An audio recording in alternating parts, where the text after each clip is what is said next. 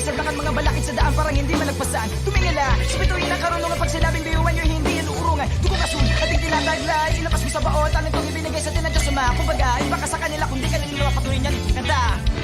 Mga talento natin na iba-iba. Sa pamumuno tayo'y nagiging isa. Sa serbisyo, hindi nagsusukuan.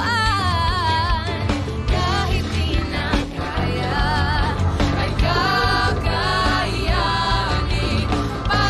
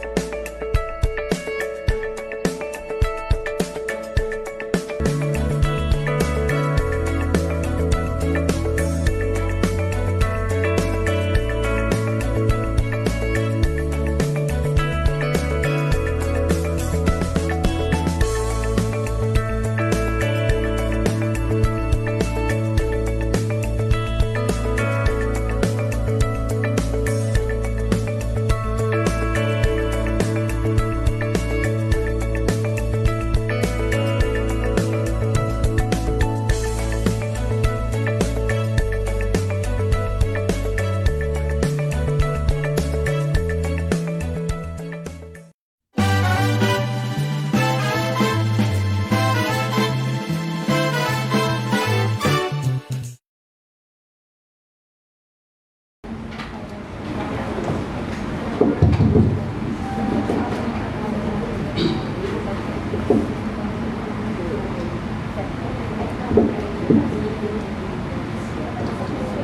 would like to seek your cooperation in completing the seminar to please kindly switch your mobile phones to silent mode to avoid interruption. Thank you very much. Nagmamalasakit is not just a word. It is the best trait to describe a Filipino. Managing difficulties and having resiliency amidst negativities and predicament in every situation. Let's say the COVID-19 pandemic brought us entirely change in our ways of living and of course our education system. Nagmamalasakit sa kapwa is something that we all have within us. I think as a Filipino, it's a natural human response that allows us to overcome setbacks and experience less stress in whatever we do. I am proud to say that as a Filipino citizen, we are consistent in helping others in the best way that we can, whatever the circumstances it is. To the reputable with high commitment and dedication in serving the Bicol University President Dr. Arnoldo Mascareñas, to the highly respected Bicol University Graduate School Dean Dr. Herbert Rosana, to the competent and very able Dean of Admissions and our course professor, Dr. Henny P. Lumibaw, RGC, to the nimble wit and kind project leaders of PRIPOS, Dr. Marcia Corazon P. Rico, Professor 6, to the ever supportive and amiable Dean of College of Education, Dr. Lorna Minya, and of course to the dynamic director of BUEMD, Professor Rowena Sulio, to our invited and competitive resource speakers, and to the teachers and guidance counselors who are our participants, the Bicol University Graduate School's Master of Arts in Guidance and Counseling in cooperation with Project Ripples proudly presents Nagmamalasakit, a psychosocial support training for guidance counselors and teachers in the local universities and colleges in the Bicol region. Acknowledging, of course, the people behind the Bicol University Project Ripple Nagmamalasakit, Research Extension, the overall leader, Dr. Marcia Corazon P. Rico, Professor 6, and to the competent leader, Dr. Henny P. Lumibaw, RGC, Professor Rafael Buimia, Dr. Norilyn O.D. Chavez, and Professor Angelo Candelaria. Ladies and gentlemen, let me begin by giving you a warm welcome to Bicol University College of Education Training Hall with our seminar workshop with the theme, Nagmamalasakit, a psychosocial support training for guidance counselors and teachers in the local universities and colleges in the Bicol region. I also would like to acknowledge and greet our online viewers who are watching us live stream on the official Facebook page of Bicol University and BUC Extension Office, as well as to the Zoom meeting. To formally begin with our seminar workshop, I would like to request everyone to please rise for the singing of the Philippine National Anthem to be conducted by Madam Uni B. Sanchez, and please do remain standing for the invocation as we thank God and acknowledge Him for guiding and keeping us safe always. This shall be led to us by Madam Erica Largo.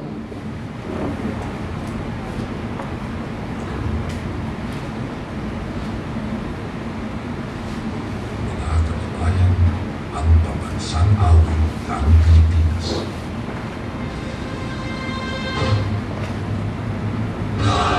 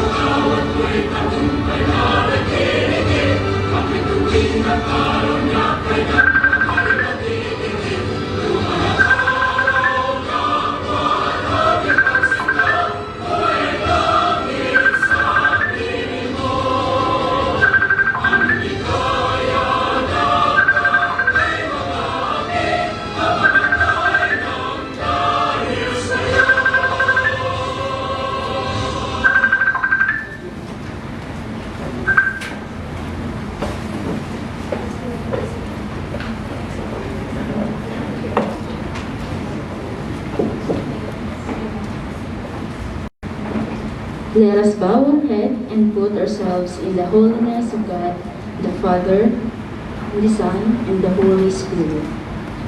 Dear Almighty and ever-loving God, we glorify and thank you. You have showered us with so much blessings, and your presence continuously remind us of your faithfulness and guidance. May we humbly ask you to shower our speakers today of your greatest inspiration so that they may share the most of their knowledge, heart, and soul to their respective topics. May they be blessed as they continue to bring their expertise to people who need them. We pray that you bless all the committees in charge, that they may be able to fulfill their task responsibly, that the objectives they have set may all be achieved. Bless the participants as well, so they may be able to absorb the knowledge and experiences. May you bestow your blessings after this seminar, so that we may go out and spread what we learn. Your infinite blessing would bring the success of this seminar workshop. We ask this in the name of Jesus Christ, our Lord and Savior. Amen. In the name of the Father, the Son, and the Holy Spirit. Amen. You may now please be seated. Thank you so much, Madam Erica Largo, for the invocation, and Madam Eunice Sanchez for conducting the Philippine National Anthem. At this point, to acknowledge our participants for the seminar workshop, may I call in on stage Madam Saibel Manawag, MAGC student.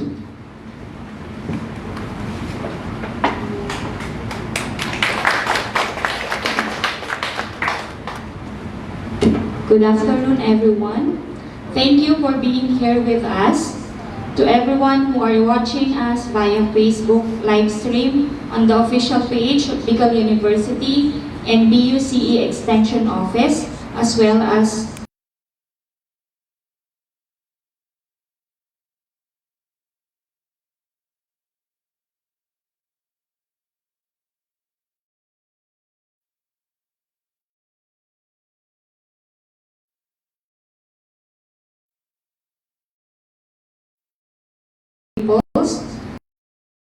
Dr. Maria Corazon P. Rico, Professor Rafael B. Buemia, Dr. Norilyn D.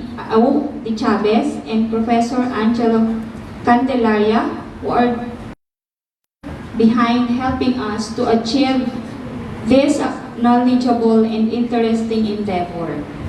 To our 16 on-site participants from different local universities and colleges in the Bicol region, we acknowledge the participants from Donsol Community College. Please rise. From Lapu-Lapu College, Goa Camarines Sur, Goa Community College, Baao Community College, Ligao Community College, Alabanga Community College,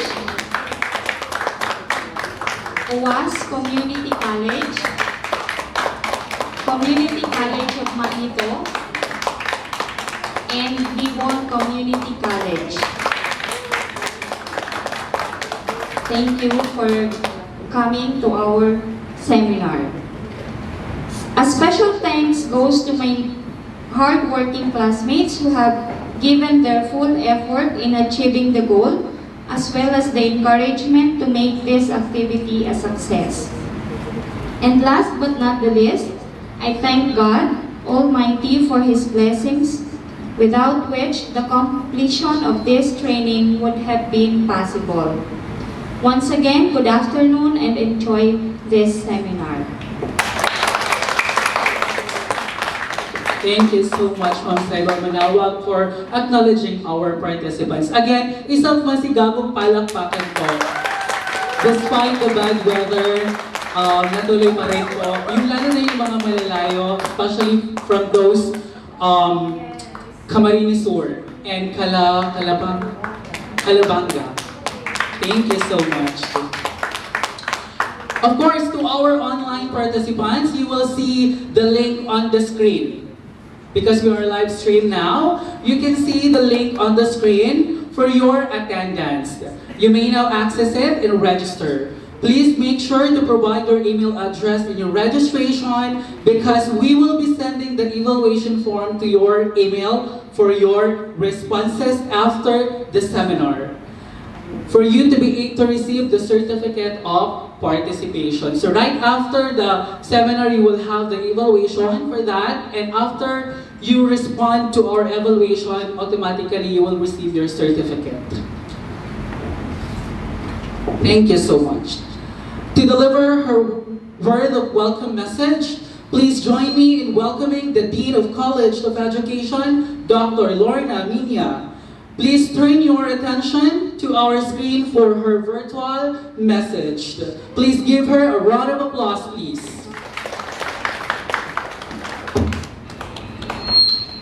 Dr.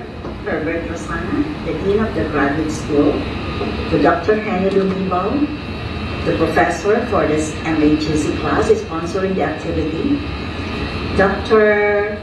Marcia Corazon Rico, the project leader of the Ripples and other researchers, other graduate faculty, and to our MHGC students spearheading this activity. And of course to the participants who are the teachers and the guidance counselors coming from public and private institutions participating in this training. Good afternoon to all of you. I would like to personally welcome you to the psychosocial support training for guidance counselors and teachers. This training is very timely because every now and then we encounter circumstances when our services for providing psychosocial support is needed. However, in some cases, we find ourselves at a loss on what to do and how better can we help our constituents. Being in constant contact with our students, other teachers, and other people in the community, we should be trained on how to deliver the necessary services without bringing more damage than help. With the expertise of our resource persons, your competencies as teachers and guidance counselors will be further enhanced. May you be able to apply the learning from this training as you deal with situations in your own institution and communities. So friends, make the most of today's training. To our MHGC family, Dr. Henny Lumibao and other researchers, thank you for organizing this activity. To the graduate school and our dean, thank you for the support. Once again, good afternoon and God bless. Thank you so much, Dr. Lorna Minya, Dean of the College of Education. Thank you so much for the warm welcome message to each and every one of us here today. Indeed, we are grateful for allowing us to hold the seminar workshop here in College of Education Training Hall. Maraming salamat po, Dr. Minya. At this point, this is the time that we will be hearing a discussion from our very competitive invited guest speaker. Ladies and gentlemen, it is my great pleasure for me to introduce our speaker for today, who is going to talk to us about classroom management systems as deemed effective in managing students' behavior and learning. Our speaker, with her expertise in supervision, almost spent 15 years of her career providing technical assistance to teachers and school heads on how to sustain an orderly learning environment for students, enhance students' academic skills and competencies, and further social and emotional development. More so, include staffing complement in the institution, she serves as the second to her primary concern, the learners being the first. Considered an expert in her field of endeavor, hence, she graduated with the highest recognition as excellentissimos in her doctoral degree, major in advanced administration and supervision. Her dissertation had proven the paradox between administration and supervision among the school's prioritization vis-a-vis the required standards towards curriculum implementation. The catch is managing the total school operations without overlooking the needs of the learners. She remembers it well how she learned to be critical in managing classroom interactions because of the high standards set by the university she was affiliated with on her baccalaureate days. And that's the Bicol University College of Education, where she took the secondary course major in social studies. Ladies and gentlemen, here with us today is an educator, a national textbook evaluator in 2008-2012, an Australian Awards Scholar eligible in 2015, a Leaders of Adulthood badge holder, a law student at present, a mother of 3 amazing daughters, wife of a master teacher. Please join me in welcoming home the Public Schools District Supervisor of DepEd SDO Curriculum Implementation Division, Province of Sorsogon, Donsal West 1 District, Dr. Bevelyn Cadag Caramoan. A round of applause, please.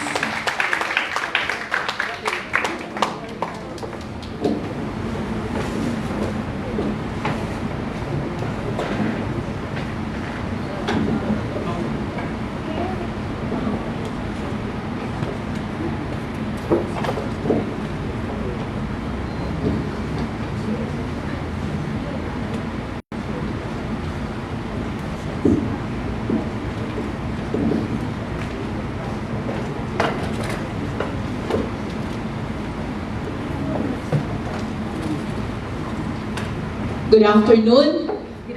My respect goes to Dr. Lumibao, Ma'am Marcia, Dr. Marcia, the resource speaker that will be introduced later. Of course, our Dean of the College of Education and Dean of the Postgraduate, and to our guests from different colleges and universities, on-site and online, to everyone who's here, ladies and gentlemen, it is a great pleasure that I was invited to be a part of this pagmamalasakit, a cycle of social support for guidance counselors and teachers in the local universities and colleges in the Bicol region. And I am also privileged that I am taking part of this endeavor on Project Ripples. Thank you for this moment that I will be gracing this activity with you. Now, allow me to discuss with you an evidence-based strategies for application by teachers to reduce disruptive and challenging behaviors in their classrooms. And this include a number of antecedent strategies intended to help minimize the emergence of problematic behaviors, and a range of those which provide positive consequences for appropriate student behaviors. Also included in my presentation is an information on teacher feedback and a review of strategies for enhancing teacher-student relationships. I believe that guidance counselors are really very good at troubleshooting behaviors. And at one point in my life, I was once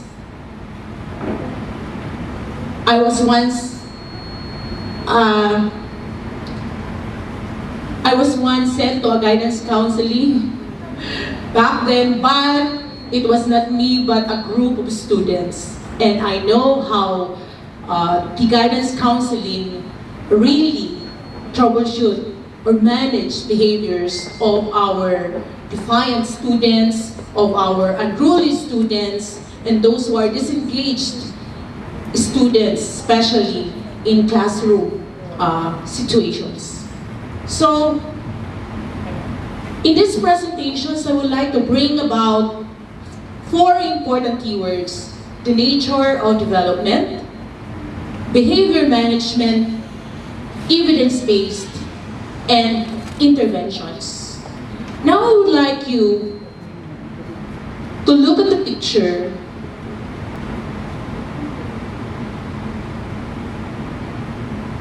and tell us about what the students' classroom behavior.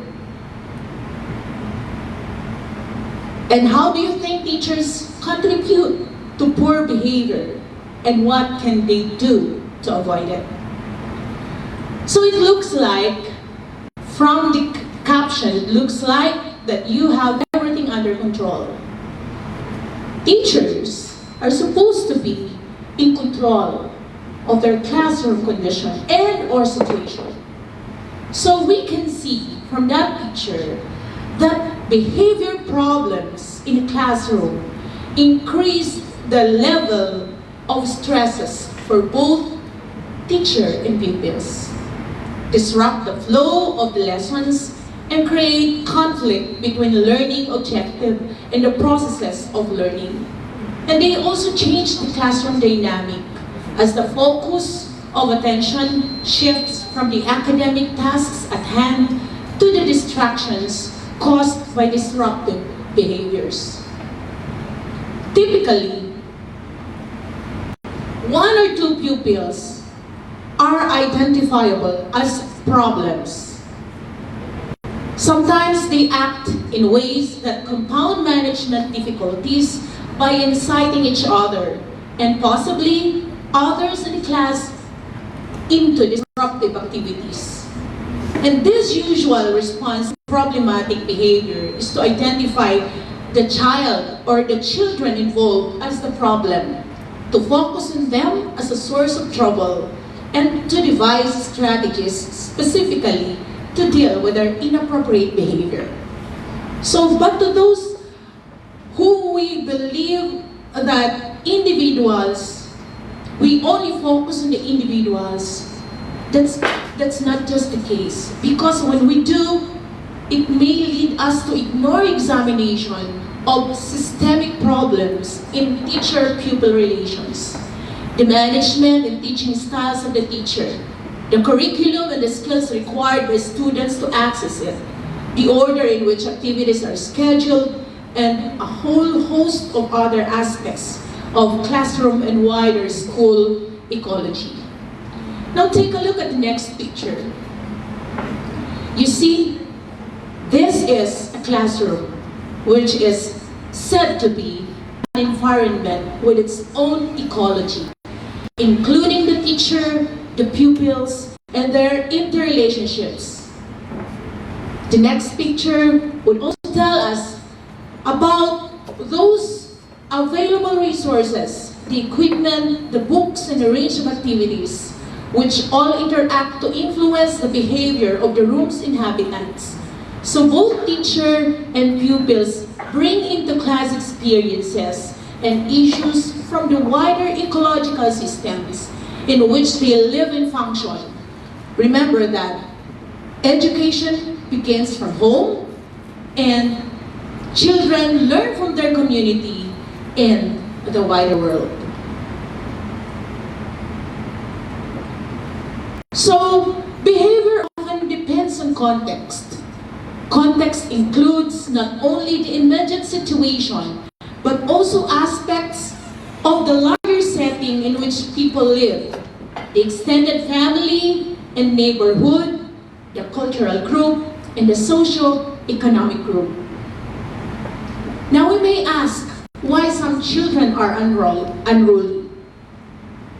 So it's really good for every teacher to understand the psyche of a child.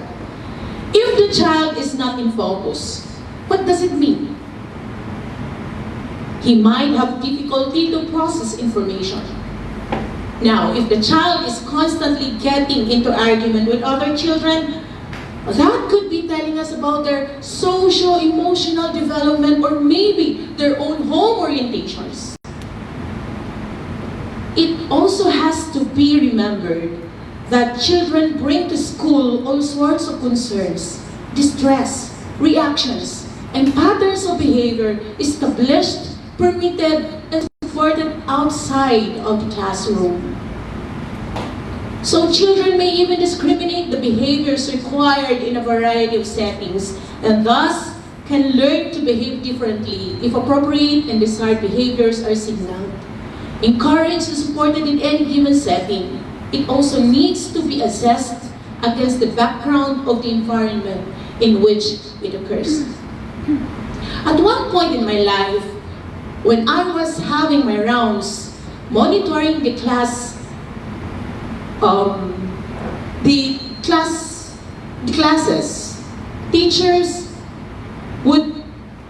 some of the teachers are engaged in teaching, more engaged actually than the students. I could think and I could sense that there is something wrong in between the process, the delivery, and how that delivery of information or knowledge is taken by the children or by the students.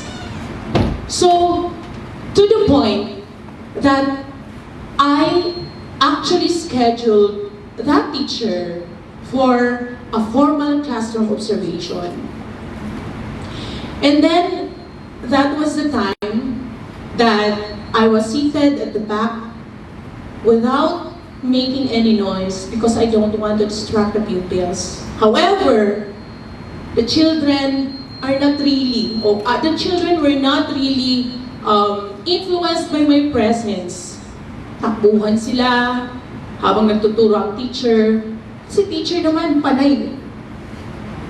Paano ng ting-ting ng pat-pat sa table. Maybe kina-counter niya yung ingay ng mga bata.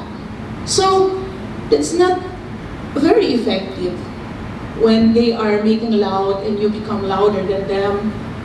That's not effective in managing the behaviors, the misbehaviors of their students. So, when we had our post-conference, I told the teacher of the things that needed to be improved in the teaching.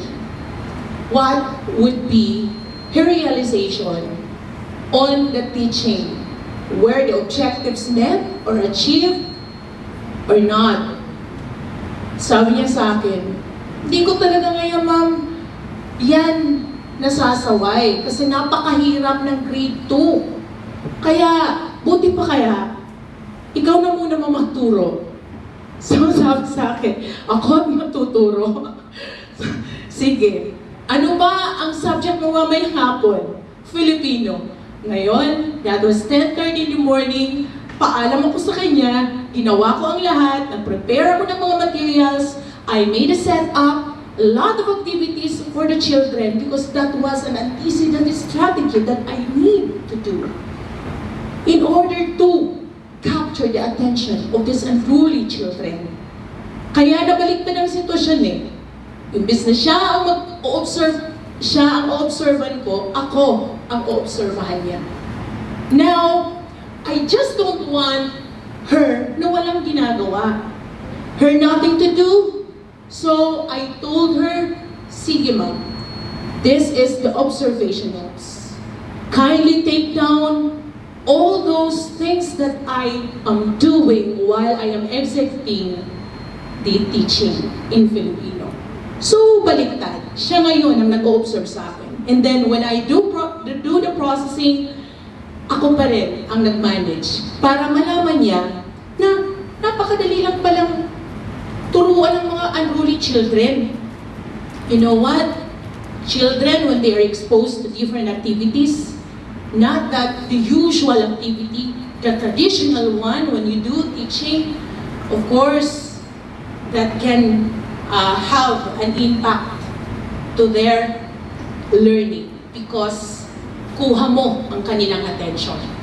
So, yun ang ibig sabihin, that children may even discriminate behaviors required in a variety of settings. When you provide them something that are engaging for them, then, of course, the response is positive. So, that's how we want to understand the psyche of a child. There are only two reasons why the students behave differently in class. First, that they want you to give in. Children sometimes are manipulators. Para silang mga kulang sa pansin. The more na sinasaway natin, the more na nagpapakitang gilas. And when they cannot have what they would want to have, parang silang, kung sa kinder, they would be fretting. Umiiyak. Ganun yun. In the primary grades, umiiyak. But that's not the case in other grade levels. In the intermediate, in high school, in college. Case-to-case basis tayo. But somehow, generally, there are students who can manipulate or who are manipulators of the classroom condition. So they want you to give in. Gusto nilang bilhin mo ang kanilang presyo. Another reason is that they are hiding something. Meron silang tinatago. Maybe a situation, a stressing them, their struggles. That's why they are behaving that way. So, these behaviors come in individual variations. Whether anuman ang rason sa dalawang nasabi ko, these behaviors come in individual variations pa rin, in rate of development of the students. So meaning, how children think, feel, behave often stems from their stage of development. Now you could see the picture. That's the picture of the kindergarten class, which I observed. And another picture, that's the senior high school. So, they are behaving in accordance to their development. So when teachers take into consideration of the nature of learners, then they will be able to transform their classrooms into stimulating learning environments that are truly responsive to individual needs and talents.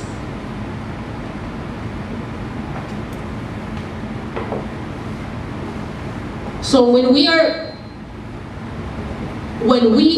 that understanding on the needs of our children, on how they learn at different ages and stages of development, we are guided in many curriculum decisions that they want us to make for them. So that's the time that the teachers are in control of the curriculum decisions as to what should be taught, what learning experiences and teaching strategies are most appropriate to use for the age group, what to assess, what to evaluate, and how to do it.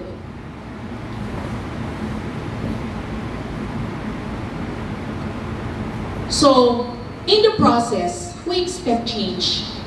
And the child learns to handle more complex levels of moving, thinking, feeling, and interacting with people and objects in the environment. Remember that, my friends, development is not the same as growth. So growth refers to specific physical changes and maybe increase in size. Yan, tumangkad na yung tao, tumangkad na yung kinder mo na naging secondary student na, at naging college na. but changes in size can be reliably measured. However, when we talk about development, it involves a gradual unfolding of biologically determined characteristics and traits that arise as the child learns from experience. I would like to emphasize, child learns from experience. Now, what if the experience we are providing them are not within their expectations? That can be a reason for their misbehaviors again. So, I have here at least 3 that was captured from a survey of Elton Report 1989. And this report was cited in the Office for Standards and Education, Children's Services and Skills in 2005. Accordingly, reasons for misbehaviors are the following: that poor classroom organization, planning and teaching, the teacher's lack of confidence and incompetence, and inability to engage children in the curriculum.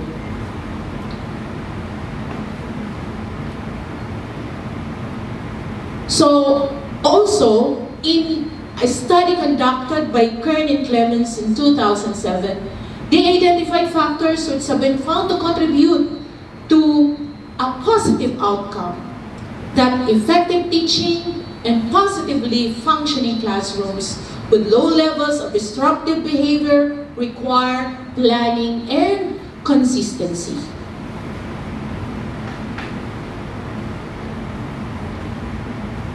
So how are you going to do that? Teachers would always praise the children. So frequent use of praise, both verbal and non-verbal. Teacher praise has demonstrated effects on both those earning it and those nearby, and verbal praise should be specific and descriptive. Teachers should try to provide a child with at least 4 praise statements for every reprimand. Oh, you see, we are actually working paradoxically.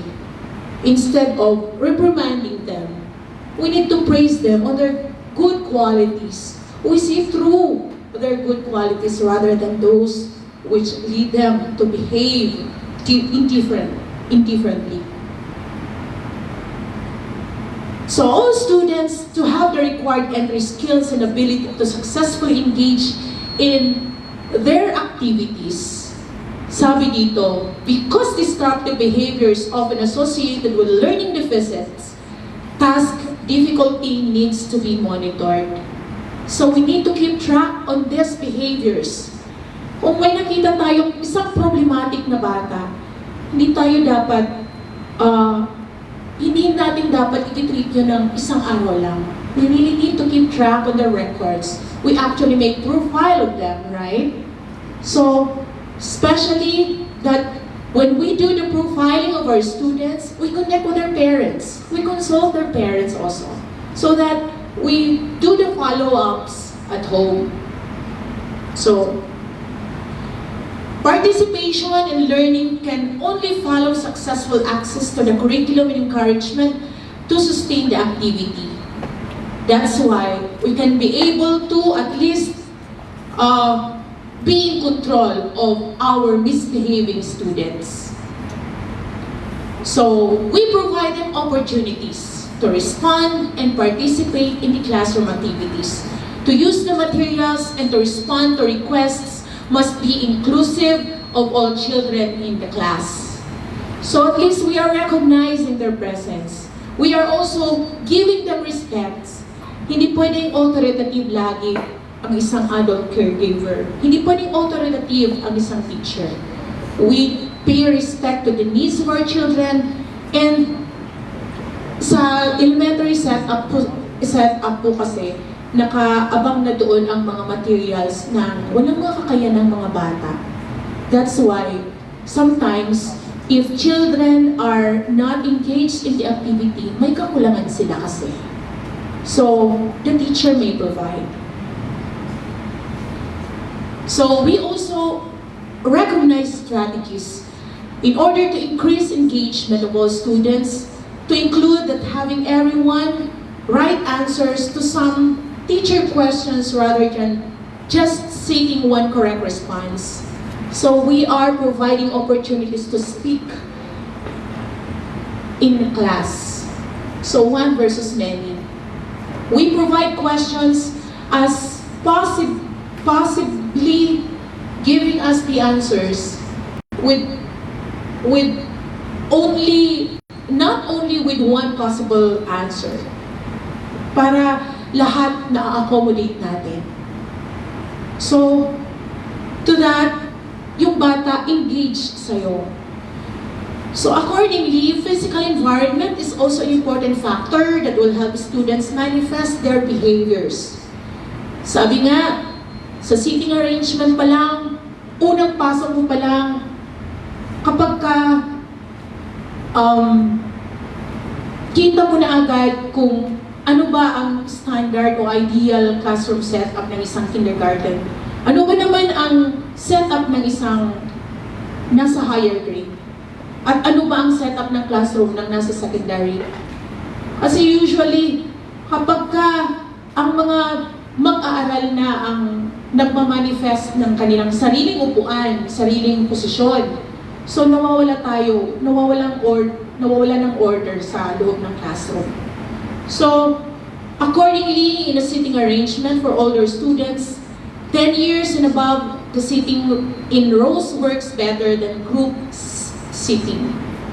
So, yun. We can only provide group seating if you are providing also group activities. So, that's how we manage the classroom. So that we also can manage, or we are also in control of their behaviors. Accordingly, effective instructions and commands need to be preceded by getting the pupil's attention and then presented clearly one at a time as those in a firm but not angry voice with time to comply and praise for compliance. So precise, specific, direct, and paced or one at a time instructions delivered. Ibig sabihin po nito, ang influence po ni teacher when you give instructions to our students. It is really very important. Be precise, be clear, so that children can actually evolve in your instructions, so that they can also be following your instructions and or directions. So we also have sequencing of activities so that easy and brief tasks are interspersed with longer and more demanding ones. Enhances engagement and learning as well as reducing disruption. So in sequencing events, those are actually pre-planned events. Those are actually pre-planned activities.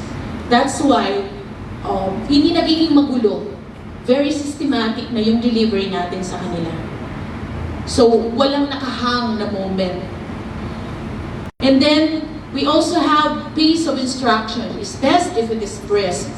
Increased pace needs to be managed so that the students do not lose opportunities to respond and access reinforcement.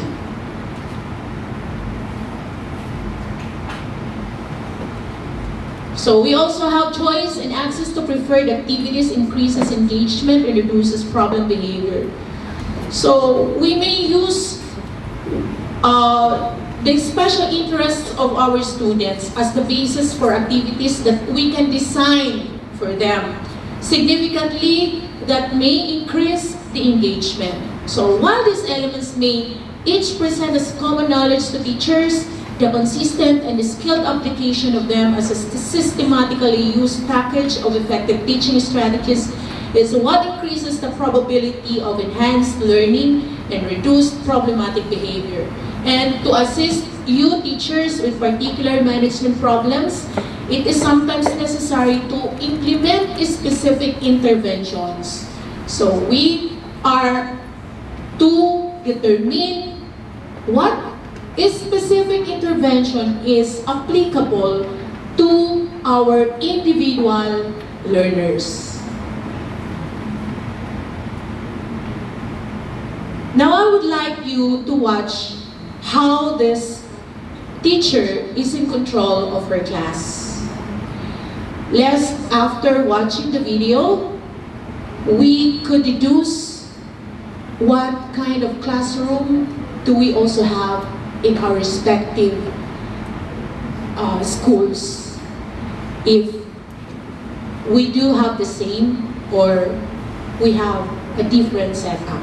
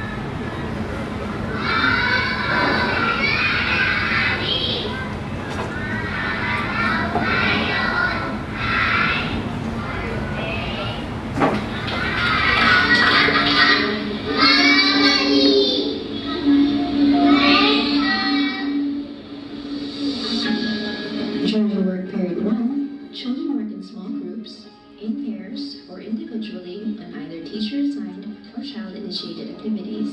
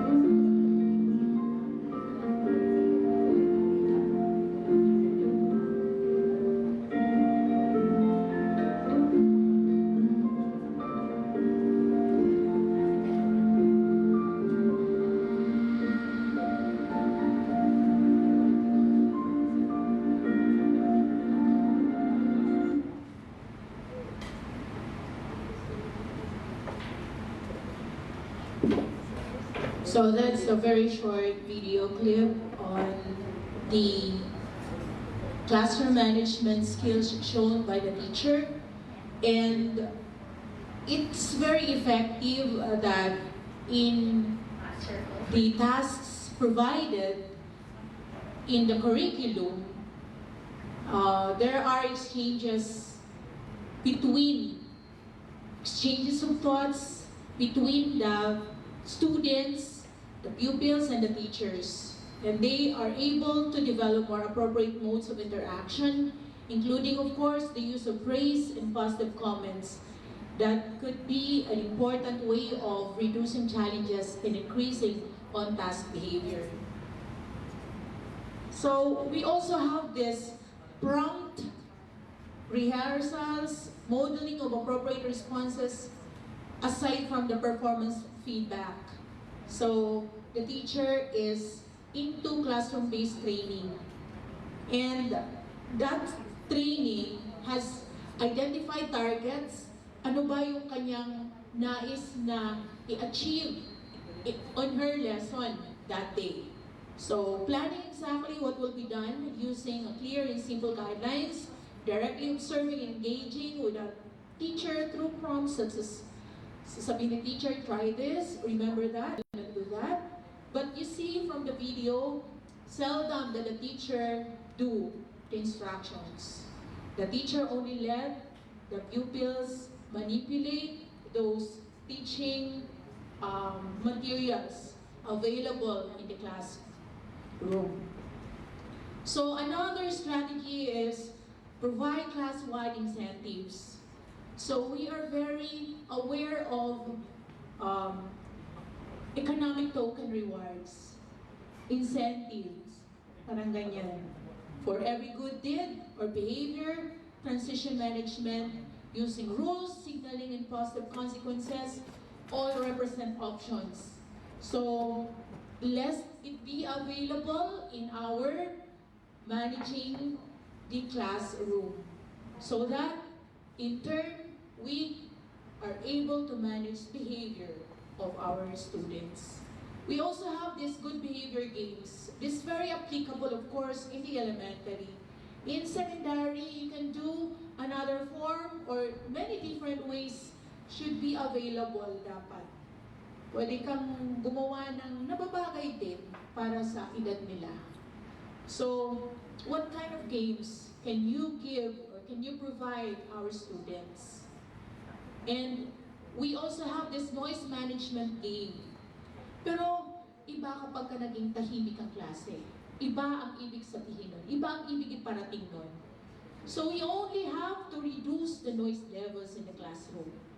That can make the learning environment more effective within the classroom and for classes in adjacent rooms para hindi tayo nakakabulahaw sa kabila. So while complete silence is no longer considered appropriate or desirable, excessive noise is identified as a teacher stressor and probably impacts on learning. Of course, nobody listens to the teaching of the teacher when everybody is noisy. We also have another strategy as to manage transitions. You know, the K-12 features, actually, one of the features of the K-12 curriculum is spiral in progression.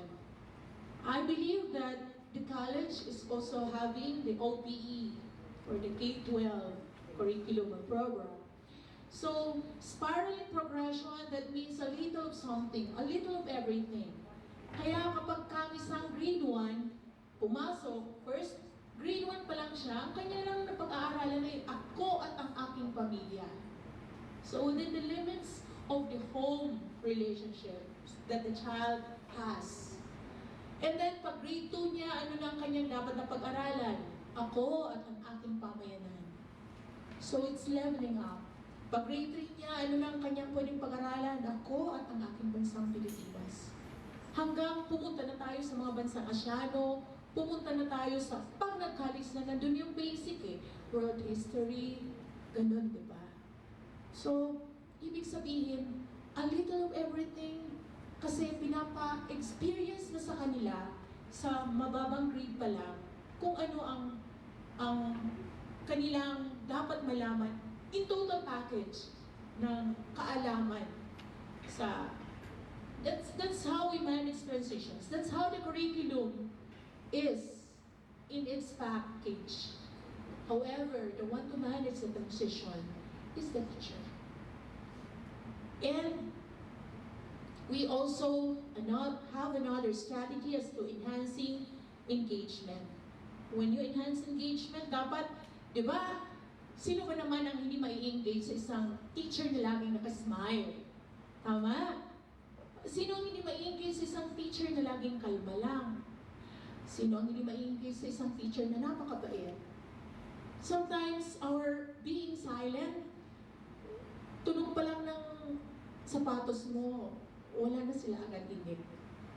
Nararamdaman natin yan sa mga bata, di ba? And sometimes, kapag kagalit ka na, hindi ka na umiimik, sila ay tahimik na rin. So, we also have this peer support. Of course, sometimes, it is also helpful na yung kapwa bata ay nagiging responsible sa kanyang kapwa bata. So, kaya nga meron tayong pagmamalasakit. Ramdam ng bata na maingay ito, siya mismo makakasaway na sa kanya. So, we are teaching our children to be accountable of their peers. That's why we need peer support. And, of course, we have this relationship building. It is not only the relationship that you will be telling our students, oh, be kind to your seatmates. Of course, you as a teacher is going to build a relationship with your pupils. It's not the best friend relationship. Baka mamaya lax na yun, ang magiging lax ng ating classroom setup. So, it's a kind of relationship that you both respect each other, but to the limits that you are still the adult caregiver. And the next is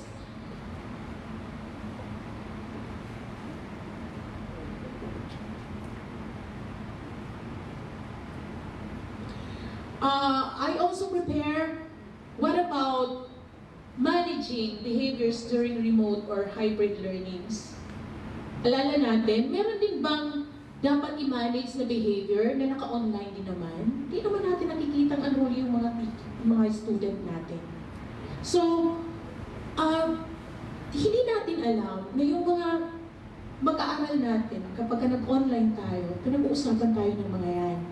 Nag-DM sila, pinag-uusapan nila yung teacher. But that is not a good sign because we are creating a pattern of behavior that is not acceptable to our norms, right? So, the thing is, how are we going to handle behavior challenges in the classroom when in a hybrid learning is what we are dealing with?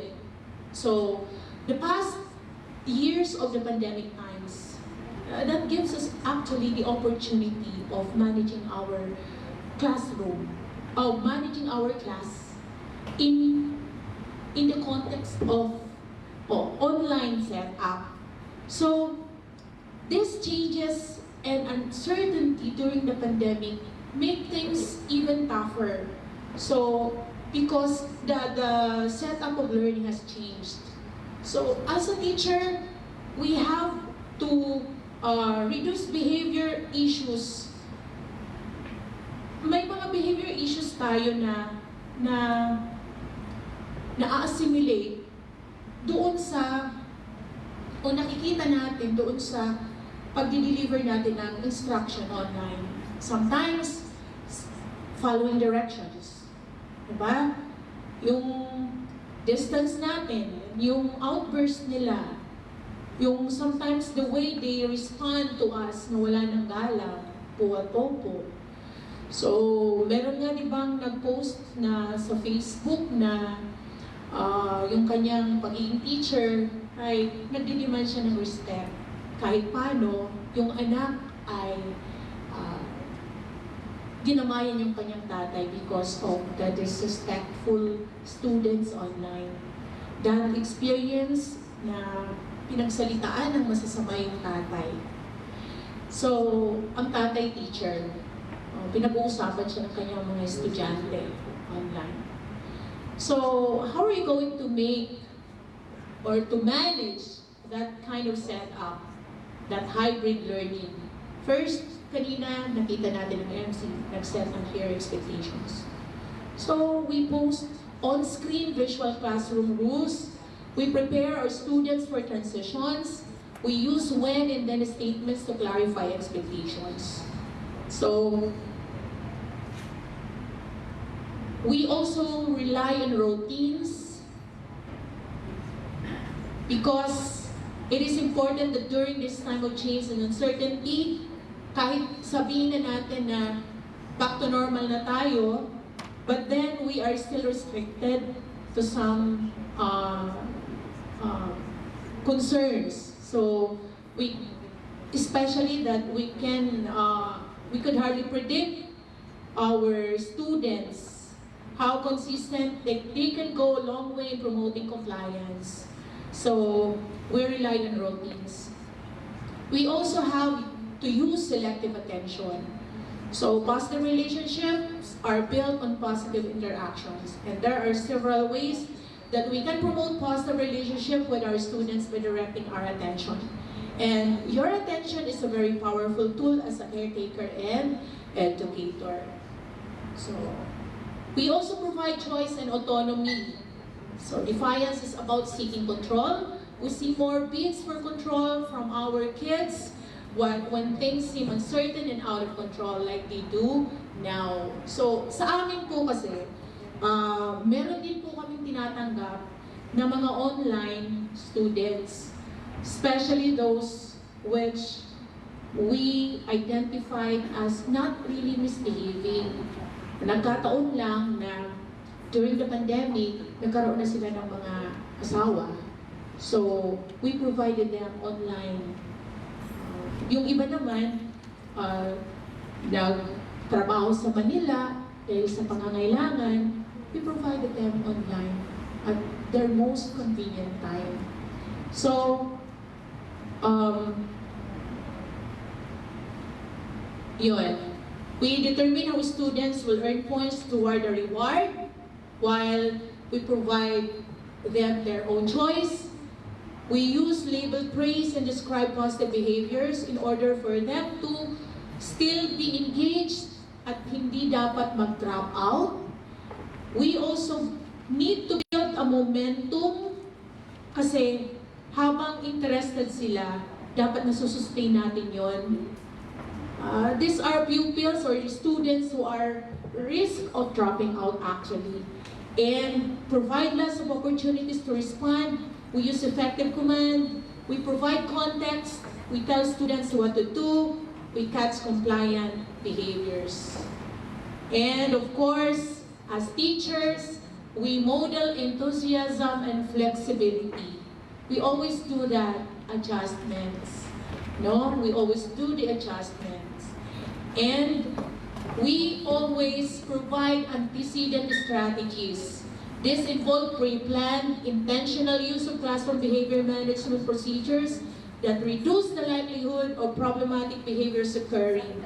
And the application is intended to anticipate and thus limit disruption and compliance and task avoidance by students.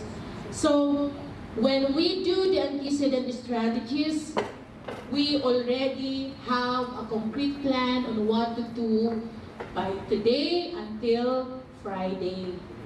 That's why hindi tayo namumroblema kasi lahat planado na. So this time po, mag-iiwan ako sa inyo ng isang short video as to how this K-3 teacher realized how to become a teacher who is very good at managing classroom behaviors.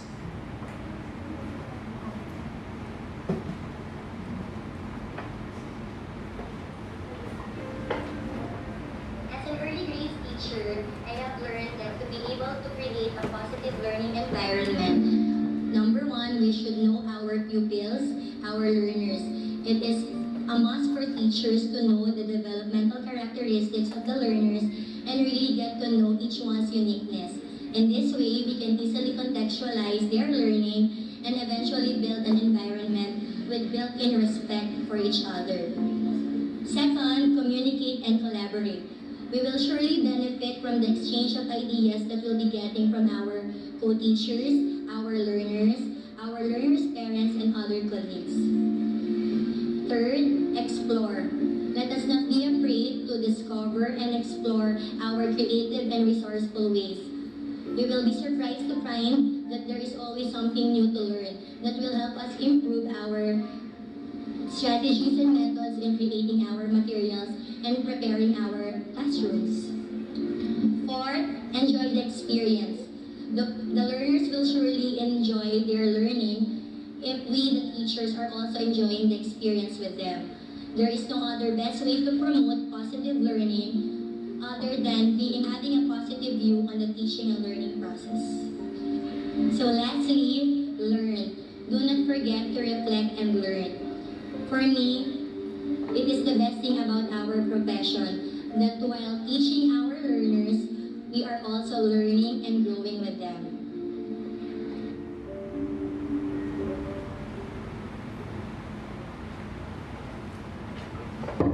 And as the primacy of the law is for the welfare of the child, we as caretakers, we as educators, will not stop in providing them the best that they will be needing. So that in time, we're able to create in them the best citizens of our country. Sa patuloy po nating pagmamalasakit, nandun pa rin, hindi nawawala ang ating pakikipagkapwa. Magandang hapon po sa lahat. Naway may naiambag po ako sa inyo ngayong hapon na to. Salamat pa rin po sa lahat ng inyong pag-iimbita sa akin. God bless everyone.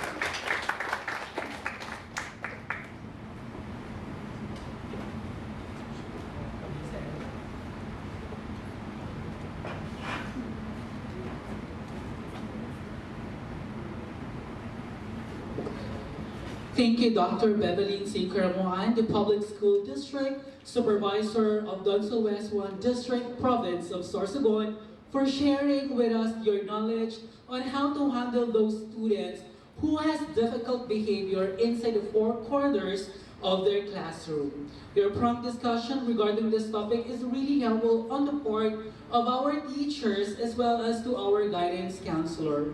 We know you are a busy person, but despite it, you said yes to our invitation.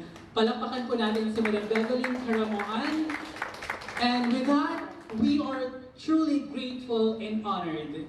Again, let us give her our collective applause for her comprehensive discussion.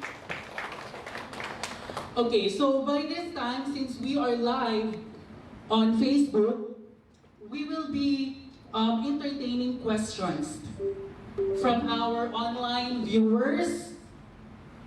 We will have at least 2 questions from our online viewers, and we will also entertain 2 questions on our participants on site. So while waiting for the online questions, maybe we could just proceed first to our participants here. If you have questions, you may raise it. Anyone from our participants? How about from ating ka-probinsya, Ma'am Babes, from Dunsol? Dunsol Community College. My friend and my former classmate, Ma'am, do you have any questions? Ma'am? Wala po. How about from Baao Community College? Okay, so since we don't have your questions, maybe we can ask for your takeaway learning for her discussions. Anyone would like to have their takeaway learning for the very comprehensive discussion of Dr. Bevelyn C. Caramoan?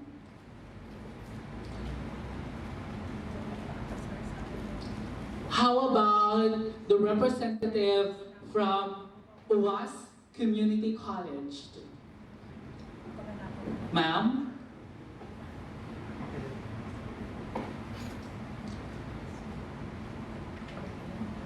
Anyone who would like to have their takeaway learning on the discussion of Dr. Bevelyn C. Caramoan? Yes, ma'am. Ma'am, may I invite you here, please? A round of applause, please. You're, by the way, you're from Goa Community College. Palakpakan po natin si Madam. I just would want to clarify if it will be okay for the hybrid kasi having that kind of, we're planning to have that kind of hybrid learning and teaching.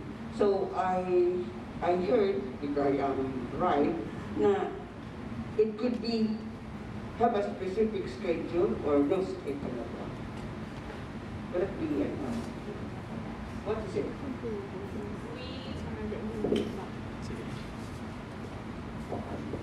Thank you, ma'am, for your question. Since I mentioned earlier that we are supposed to rely on routines, therefore, there must be specific schedules that we need to follow. Especially that we may also affect other schedules of our students. So, sa bawat araw po nila, meron na silang nakaabang na schedule din.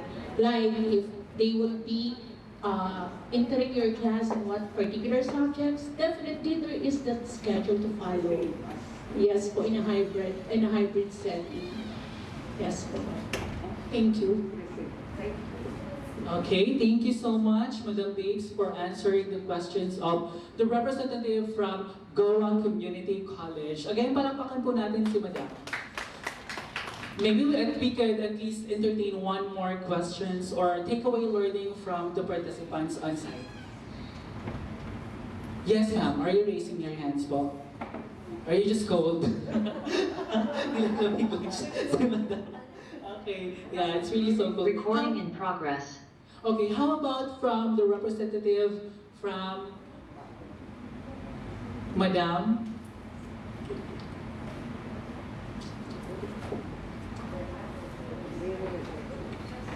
Yes, po. Let's check the po, ma'am.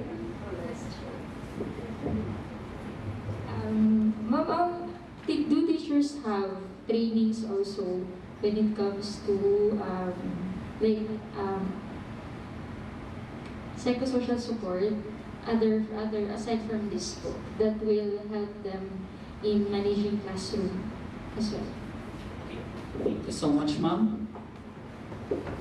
Thank you, ma'am, for that very good question. Actually, we are hiring, the DepEd is hiring teachers who are not major, diba? They are hiring teachers who don't really have experience in counseling. Recording in progress. So the tendency is that for the DepEd to support their capacities, they will be exposed to capacity building, and they are provided with a lot of trainings. Like in kindergarten, dapat baga preschool ang kinukuha. So yung karamihan dun sa kanila, hindi naman talaga preschool ang kanilang major, tama ba? Minor?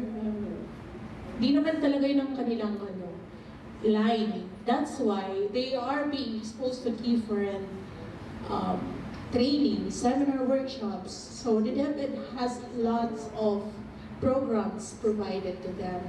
And to that note, ma'am, actually, guidance counselors, the school has supposed to hire a guidance counselor. Yun ang pinaka-standard.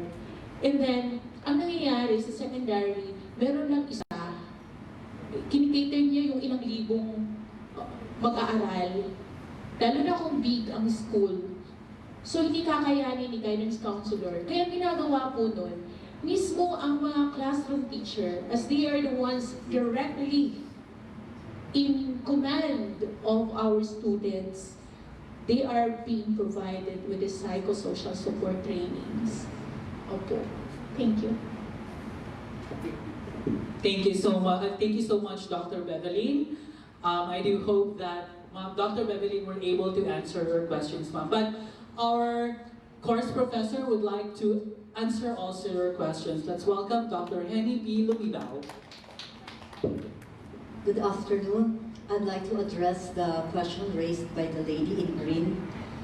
What we are having this afternoon is an initial offering for participants from local universities and colleges. UC Psychosocial Support is a very wide aspect, has a very wide coverage, and definitely a one-half-day training would not be able to cover all. So this is just the first. Expect the second, a sequel to this, and maybe a third one. Especially when we touch on the more aspects, training needs of local universities and colleges, counselor designees, and teachers, like psychological first aid, mental health and resilience, which I think are the concern of many faculty members, given that we have just been through an unprecedented pandemic, something that no one, not one among us, ever conceived that it's going to happen in our lifetime. So I would call, we are ilan tayo live on site? 47. So currently we are 47. I'd like you to spread the word to your other colleagues that Bicol University would be extending our services and expertise for free so that we can provide you with the needs, psychosocial support needs and services that you might be in need of. This is an extension program and we are actually offering this for free. Thank you. Thank you so much, Dr. Henny Lumibao, for your answer. Yes, this is just an initial. Madami pa po since it's a ripples.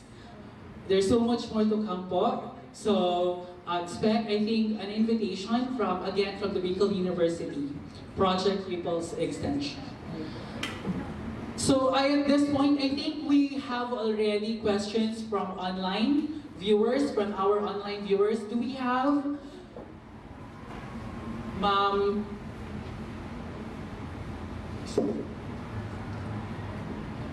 I think we have questions online. Ma'am Marge? Okay, so I think that concludes the presentation of Dr. Bevelyn C. Caramoan. Again, a round of applause, please.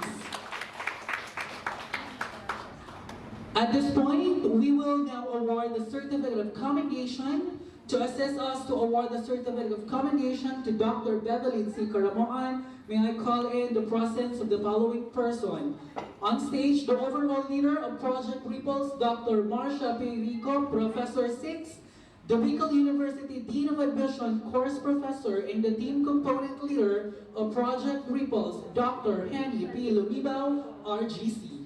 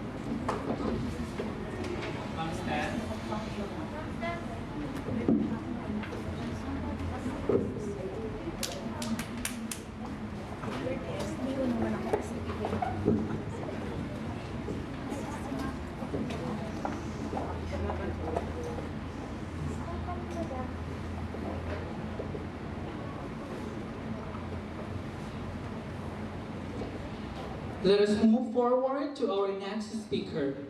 I am with so much honor again and pleasure to introduce our next speaker. He is actually my mentor, my life coach, my former boss, and my very good friend just now. He is a graduate of Bachelor in Science in Psychology in Aquinas University of Legazpi City in 2007. He is also a graduate of Master of Arts in Guidance in Counseling in Bicol University. Last year, he also graduated Master of Arts in Special Education, major in Learners Development Needs at St. Paul University, Manila. A scholarship grant by Rex Publication Company in the Children Youth Wellness Technical Advocacy Center, or CWTAC. He is a registered psychometrician and a registered guidance counselor. Previously, he worked as the Dean of Student Affairs and Services and Director of Human Resource Development Office in one of the private colleges in Legazpi City. He was also a consultant for school counseling in various colleges in Cavite. He has also been a guidance counselor, a psychometrician for 14 years, and a psychology professor for almost 9 years in various schools in Legazpi, notably in Divine Word College of Legazpi City, Bicol University College of Social Sciences and Philosophy, as well as in the University of Santo Tomas, Legazpi City. Out of passion and advocacy, he continuously served the Children Youth Wellness and Technical and Advocacy Center, CWTAC, as the in-house psychometrician and resident counselor since 2013. He is in charge in the conduct of the neuro exam of the professional clients. He also handled cases of children and teens with difficulties and struggles in the area of discipline, academics, career paths, trauma, stress and anxiety, depression, and interpersonal skills. He is indeed a mental health professional. Apart from this, he is also a trainer and a speaker for trainings conducted by CWTAC in different institutions, and a co-anchor, guest, co-host on radio programs dubbed as Parenting Academy on Air and OFW Connect every Sunday at Radio Veritas, Legazpi 1008, DCTV, Channel 8, and on FB Live since August 2020. Aside from these experiences, his continued support to his personal advocacies had him receiving the opportunities to present his research work in 4th International Conference for Children and Families in Bangkok, Thailand last 2018, and published his 2 research works on the book of abstracts of the said conference last October 2015 and October 2018 with ISSN number 2467558X and SSN number 246755804 respectively. Currently, he is connected with Catanduanes State University as Guidance Counselor 3 and the head of Guidance Counseling and Testing Office, a professor in Master of Arts in Guidance in Counseling program, and a College of Health and Sciences. He is also a member of the 2 national professional organizations, the Philippine Guidance Counselor Association and the Psychological Association of the Philippines. Everyone, please help me in welcoming our next speaker, Mr. Nolit E. Benavides, MAGC, MASPED, RBM, RGC.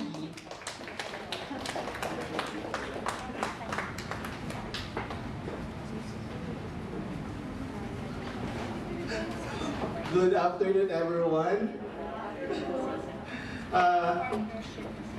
Thank you, Mr. Razo. Grabe naman yung introduction. I am in awe and honored to be invited as one of the resource speakers in this event entitled Nagmama ng Sakit, a psychosocial support training for guidance counselors and teachers in the local universities and colleges in the Bicol region. To the new Dean of the College of Education, Dr. Lorna Minya, to the 2 of my mentors here at Bicol University, the Dean of Admissions and my MAGC Professor, Dr. Henry Lumibao, RGC, and the overall leader of Project Impulse, Dr. Marcia Hirico. And to the entire team of the Project Impulse.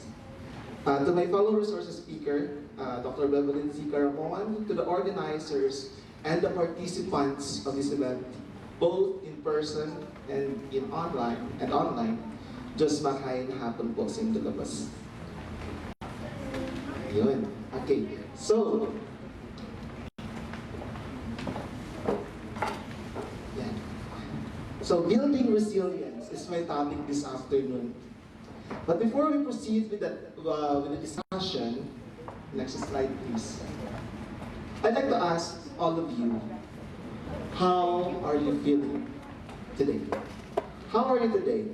In the slide, makikita niyo dyan, the red box, high energy and unpleasant. Doon naman sa yellow box, high energy and pleasant. Yung blue, low energy and unpleasant. At yung green, low energy and pleasant. Ngayon, if I'm gonna ask you, saan kayong quadrant dyan? Yellow, high energy, pleasant. That's good. Sino, pataas lang ng kamay. Gusto ko malaman kung sino yung nasa yellow quadrant. 1, 2, 3, 4, 5, 6. Madami, no? Thank you. At nandito tayo sa high energy and pleasant. Sino naman yung nandoon sa high energy and pleasant? Nasa red quadrant. Taas ng kamay. Wala. Thank you. At wala tayong ganun dito participants. Nandoon sa low energy and unpleasant. Wala rin. How about yung green? Wow, si ma'am. Low energy and pleasant. Oo. No, kahit malamig, kahit ganito yung oras, natutuwa ako kasi andito tayo sa yellow and green quadrant. Tanong, kailan ba last ninyo tinanong ang sarili nyo kung kumusta kayo? Everyday. That's good kung everyday natin tinatanong ang ating sarili. Pero, kailan ba yung last ninyo tinanong ang inyong estudyante kung kumusta sila? Last Monday? Always? And after na tinanong, and nag-response nila, ano yung mga usual na response nila? Okay? Not so okay? And ano yung response ninyo? Don't worry? Or did you even bother na iimbita sila sa guidance office or sa counseling room ninyo para mag-usapan ng mga bagay ninyo? Meron ba? Good. Yes? It's a message. No, pwede naman yung ganun kasi ang ibang bata nahihiya. But it's a good thing when you ask them, how are they feeling? It's really good if you can also invite them to your counseling room and just have a casual conversation, no? Talking about day-to-day life, how they actually process their emotions and how they actually doing, di ba? Importante yun. Simpleng kumustahan, marami tayong malalaman sa estudyante at marami rin tayong ang makikita na opportunity para matulungan sila. Right? Yan. So, ang importante na lagi dapat tayong, kumbaga, tinatanong natin ang sarili at tinatanong rin natin sila because ito yung pauna natin na, kumbaga, assessment sa sarili natin. No? Kung okay tayo o hindi. At ito rin, no, ang magiging basihan kung paano tayo magre-react sa sitwasyon na meron tayo. Regardless kung yung situation ay mabuti or kung yung situation ay difficult. No? Now, if we are going to, nung pagbalik ko dito sa Legazpi, kasi matagal ako sa Catanduanes, no? I was reminded of my experiences during pandemic, no? Mahirap yung situation. I was also teaching college students then, no? Makikita na-experience ko yung napaka-matrabaho na gawain, no? During the preparation of modules, no? And a lot of you professors and guidance designates, no? Maliban doon, kailangan din natin i-upgrade yung ating technological skills, no? At kung nagkataon na marunong tayo ng technological skills na yun,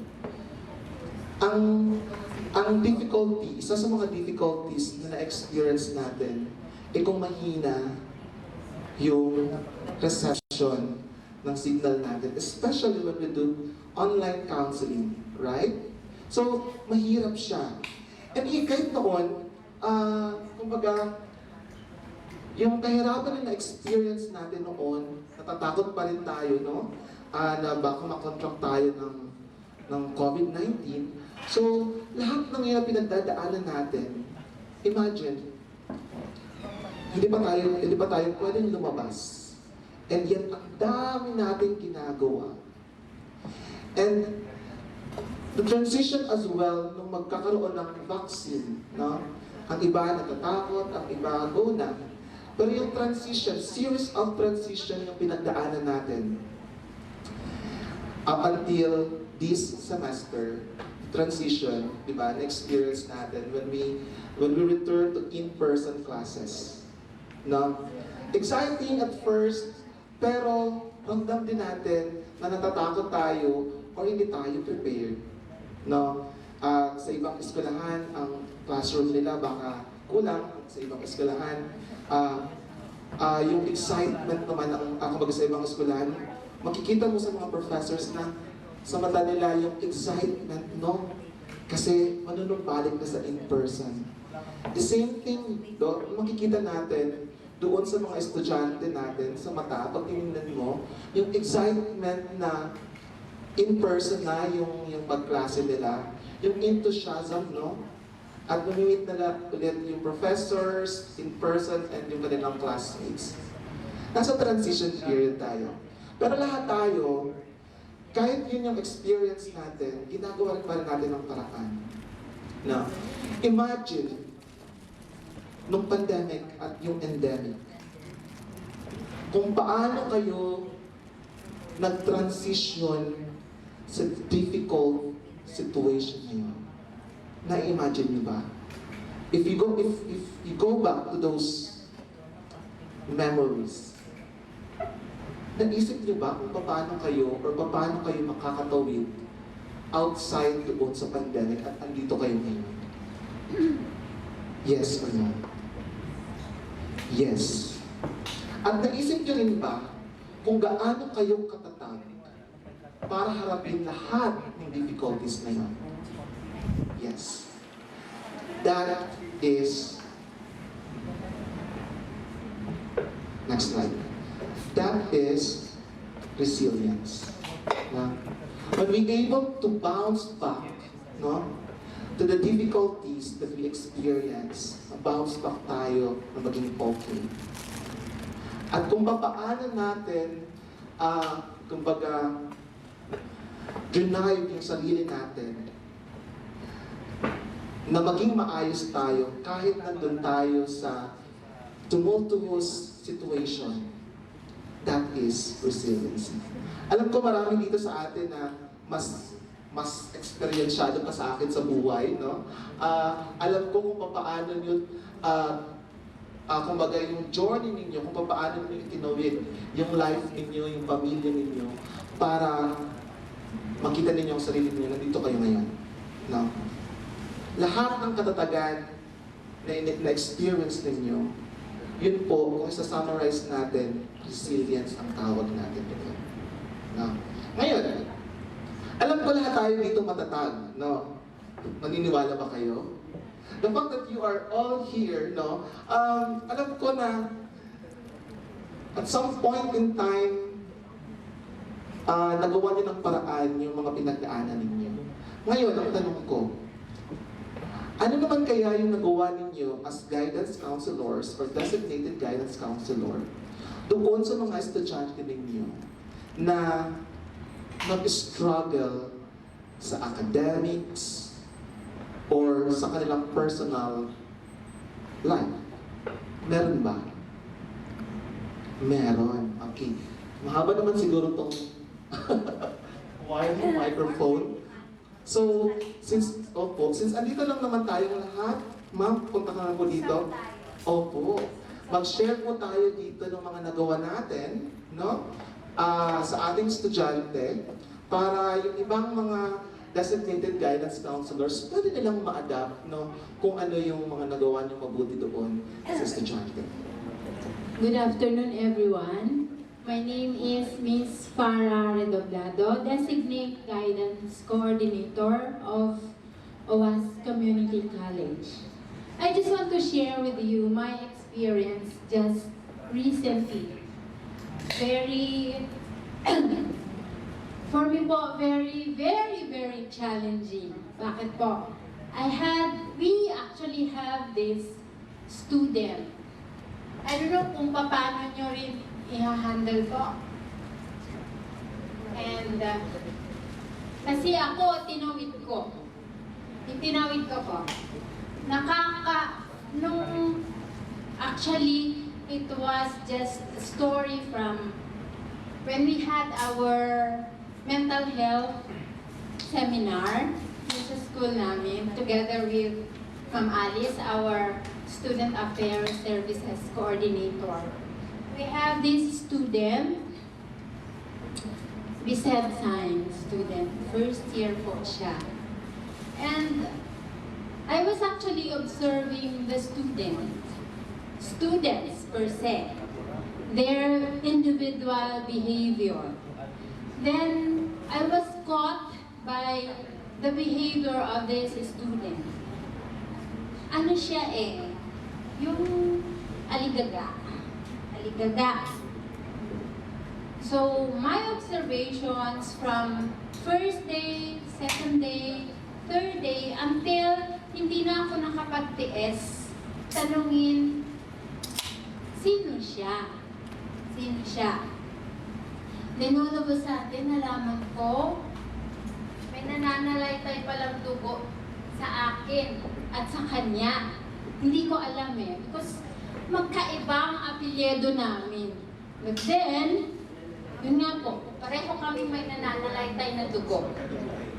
Opo. Pero, siguro yung isang ugat na lang, isa lang, maliit lang naman. Mga siguro sabihin natin nasa 10% pa rin naman. 10%.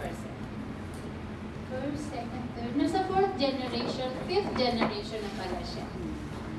So, tinanong ko po yung family background from the grandparents to the mother at saka sa kanya.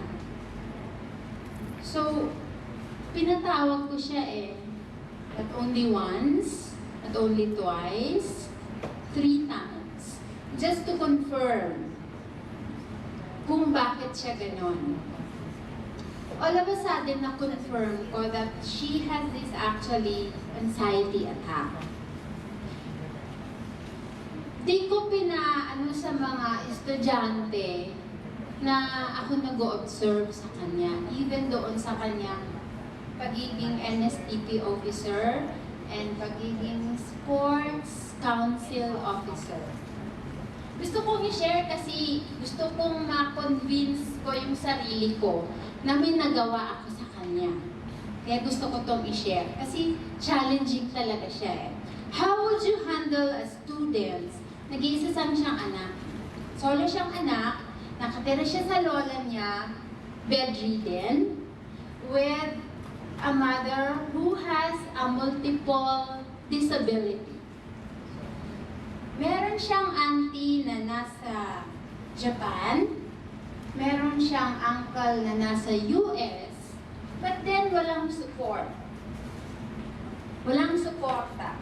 Sabi ko dun sa student, kumusta ka?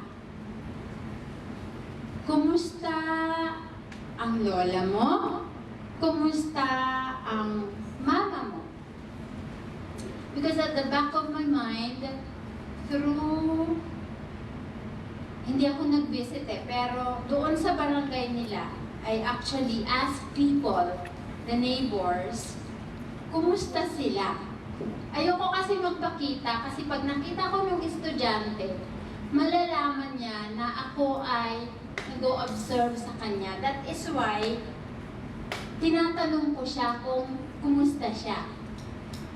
Yun ang aking bottom line na sikreto lang para sa akin, para hindi siya mas lalong ma-depress. Kasi nagde-take na siya ng anxiety, meds. So, doon sa barangay nila, apektado na yung barangay officials.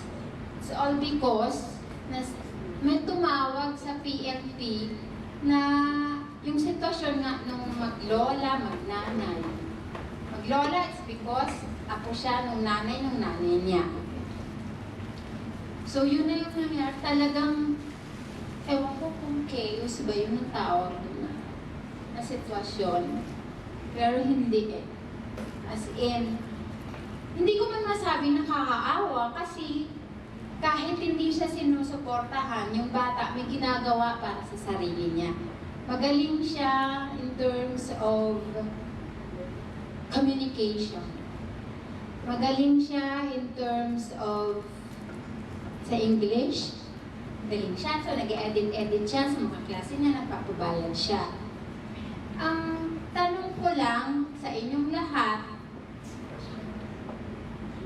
para sa inyo, ano po ang kaya niyong gawin kung sasabihin ng bata sa inyo, mababaliw na po ako sa sitwasyon ko. It's all because walang financial support, na nandoon yung lola, kasi kapatid ng lola niya yung nasa Japan, and yung uncle niya na kapatid ng mama niya na nasa US.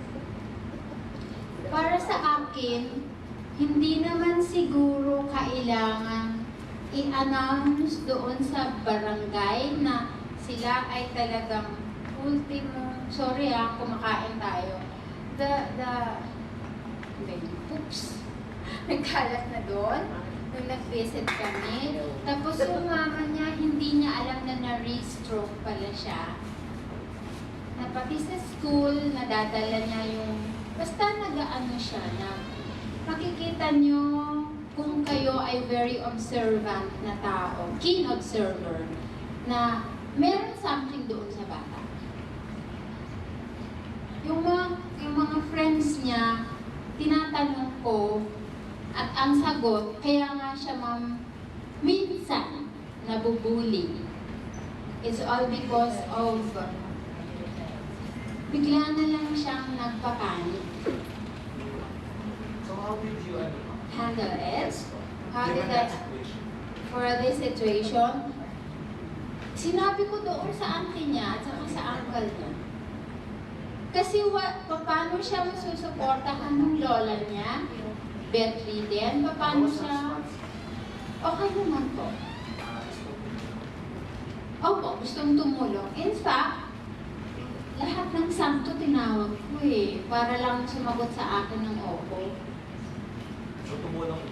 Tumulong eventually yung uncle at saka yung auntie. Kasi sabi ko, you really wanted to help yung sa schooling ng bata. Pero paano nyo tutulungan kung sa ibang tao kayo makikipag-usap? Why not directly talk to the students para malaman nyo kaagad yung sagot?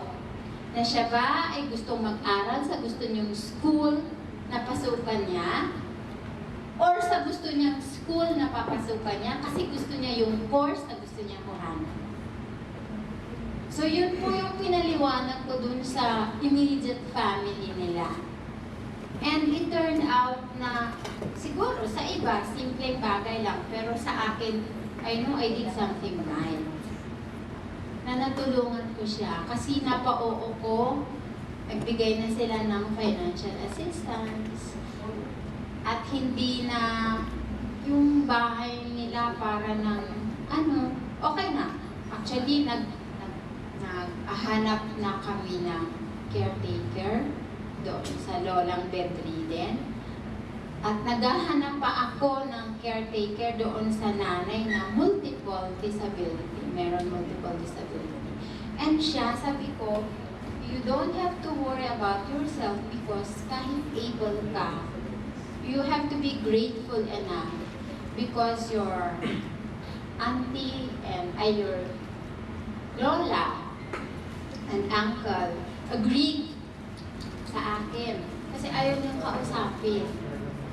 Ayaw niyang kausapin kasi nga nalalaman niya sa ibang tao na siya ay kinukwento mo. So sabi ko, hayaan mo ako ang ikipag-usap. And for now, may follow-up ako sa kanya sa Monday. And I hope na okay na siya. Pero okay na siya.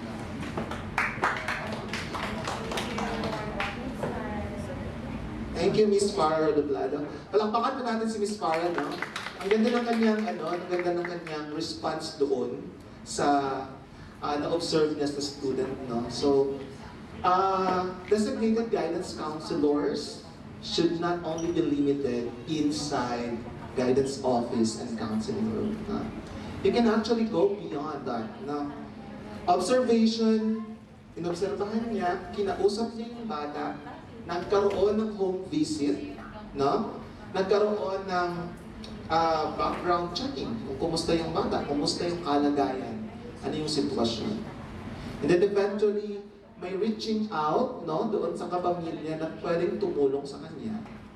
And sabi nga, nagkaroon na ng caretaker. So, kumbaga yung ibang issues ng bata, kahit pa paano na-address. No? But I think kailangan nun, ma'am, ng follow-up counseling. Or follow-up at least kumustahan. No? Yes, opo. Every Monday. Para kumustahin naman yung kalagayan niya talaga. Especially, sabi ko nga, may mga experience siya ng panic attacks. But you need also to talk to kung sino yung psychiatrist niya. Actually, ano pa rin sa endorse ko. Very good.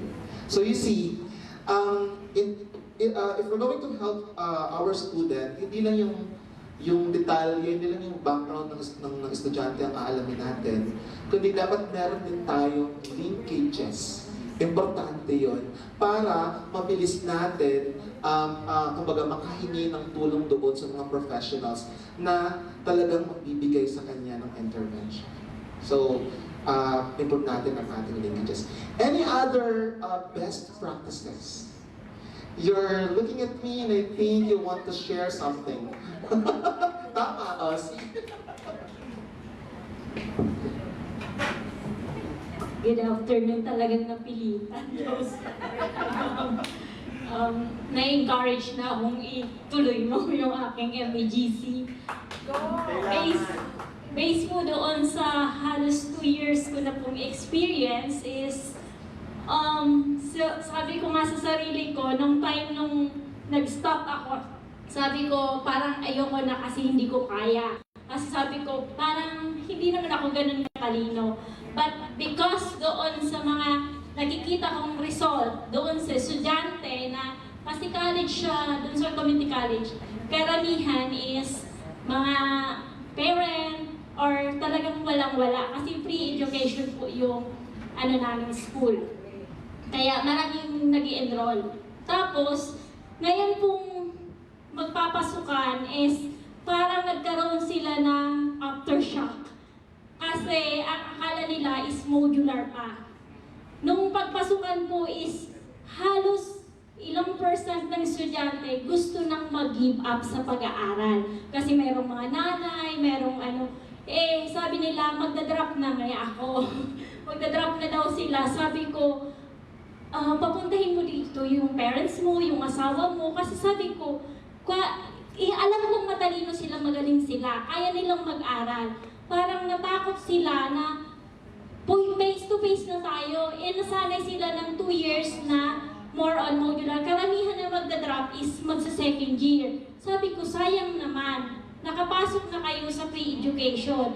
Ituloy niyo na po. Hanggang one time, may pumunta doon sa akin na kala ko, yung papa niya is nakapaa. Tapos sabi ko, sino kaya ito? Kala ko manglilimos. Tapos yung anak is na doon sa gilid. Sabi niya, Ma'am ngaya, ayoko na ngayang mag-aral. Kasi ngaya, si Papa ngaya, kawawa naman niya, panay daw sa bukid. Tapos yung Papa niya, sabi niya, yan nga yung Papa ko. Sabi ko, oh my God. Tapos yung papa niya talaga is parang nanginginig siya na gusto niyang sabihin na huwag kang mag-stop kasi yan lang ang maibibigay ko sa'yo. Kumbaga yun ang ano niya, sabi ko sa anak, bakit gusto mong ayaw mo na mag-aral, gusto mong tumigil? Sabi niya, kasi ngayon ma'am, natakot akong mag-aral.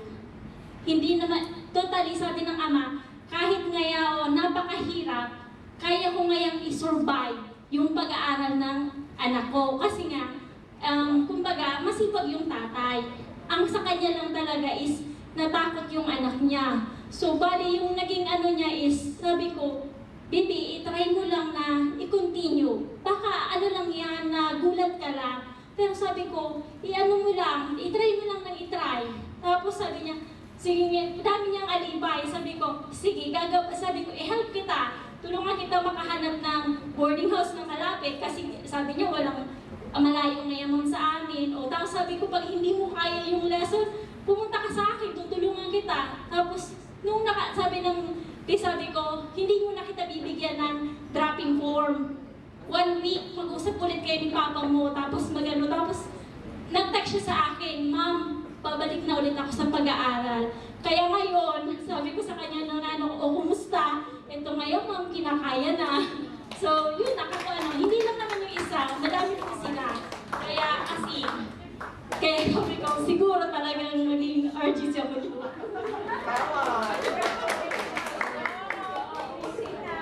Thank you, Irene. Tuloy mo na yung naisip mo, mag-enroll ka na sa MAGC. I'm sure marami ka pang matutulungan. Di ba? So, kapag nag-reach out tayo sa estudyante, kapag nag-level off tayo, kinakausap natin sila, no? Mas lalong nagsishare din sila ng mga ng fears, no? Ng mga issues nila. And good thing na nandun ka. Kasi kung iba yung napuntahan nun, for sure, iba yung isasuggest. Kasi ayaw na ng work, di ba? So, ikaw, you go beyond dun sa sa dapat mo pang ginawa. So, kinausap mo yung parents. Remember, kailangan natin magpatawag ng parents kahit college na yung mga estudyante natin. Importante yun para maging aware din yung parents kung ano yung pinagdadaanan ng kanilang anak. And doon, karamihan syempre sa atin dito, biglang nag-in-person classes tayo, kailangan natin magkaroon ng college adjustment session na nakaangkla sa transition towards in-person classes. Yun yung ginawa namin sa Catanduanes State University kasi since ang mga estudyante namin doon from far-flung areas at alam namin na excited sila na mag-in-person pero hindi sila handa doon sa pressure, sa college life, and even doon sa expenses na magagastos nila sa pag nag-college nila. So, importante na meron tayong college adjustment session. Hindi pa huli, kahit patapos na ang first semester. Pwede pa rin tayo mag-conduct niyan sa second semester. No? So, maganda yun. Ang kagandahan sa'yo kasi, talagang doon ka mismo sa nangangailangan ng tulong mo. Talagang kinausap mo sila. That's very good. Okay, meron ba nang gustong mag-share? Nagkahayaan na tuloy. Meron ba nang gustong mag-share?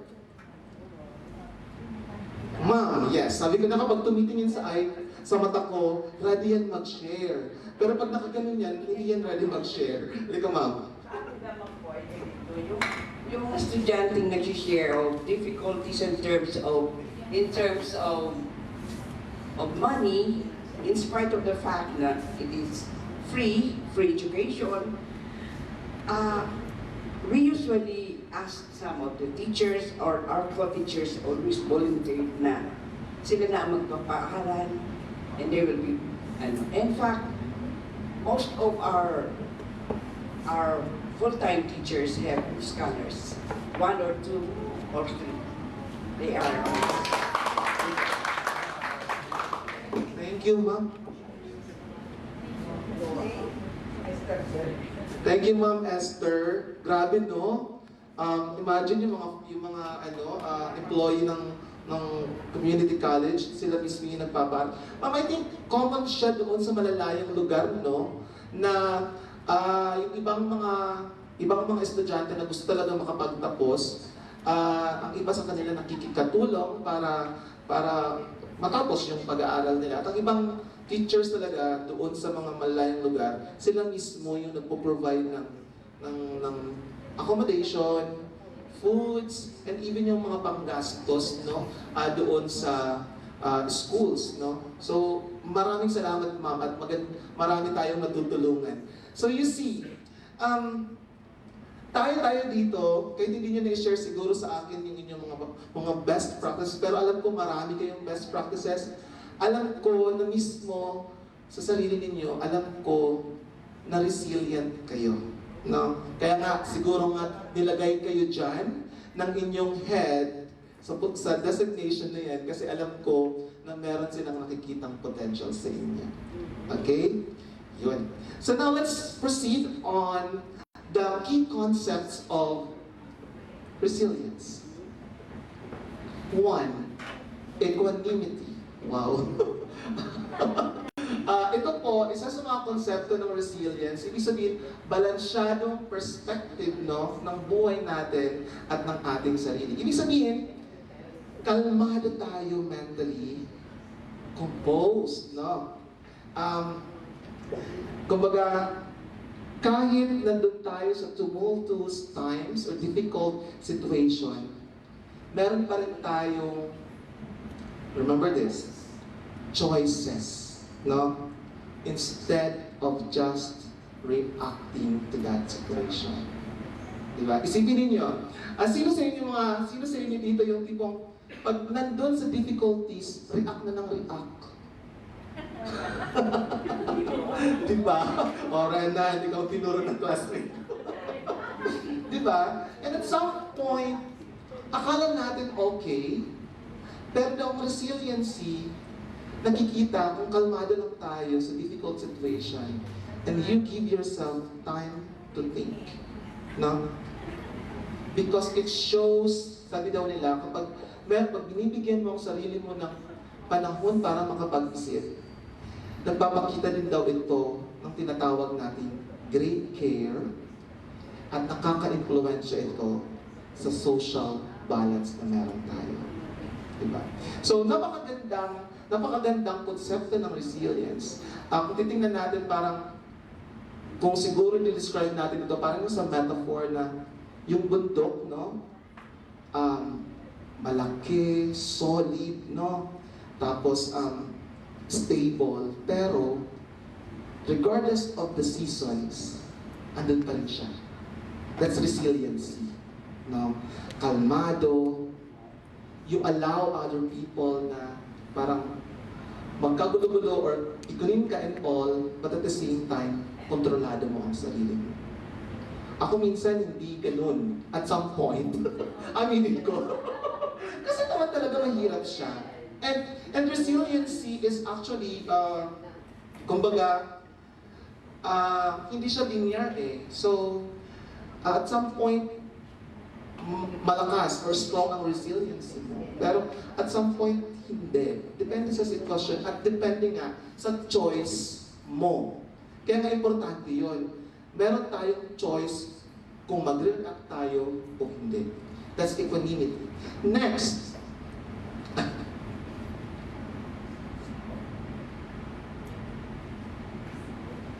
ayan, perseverance. I think ito yung pinaka-common na konsepto ng resilience. Tama ba? Sa Tagalog, ano nga perseverance? Pagpupursige, pagtsatsaga. Diba? So sabi daw nila, finishing or willingness to continue the struggle to reconstruct life and remain involved in the midst of adversity. This one is finishing kung ano yung naumpisahan mo.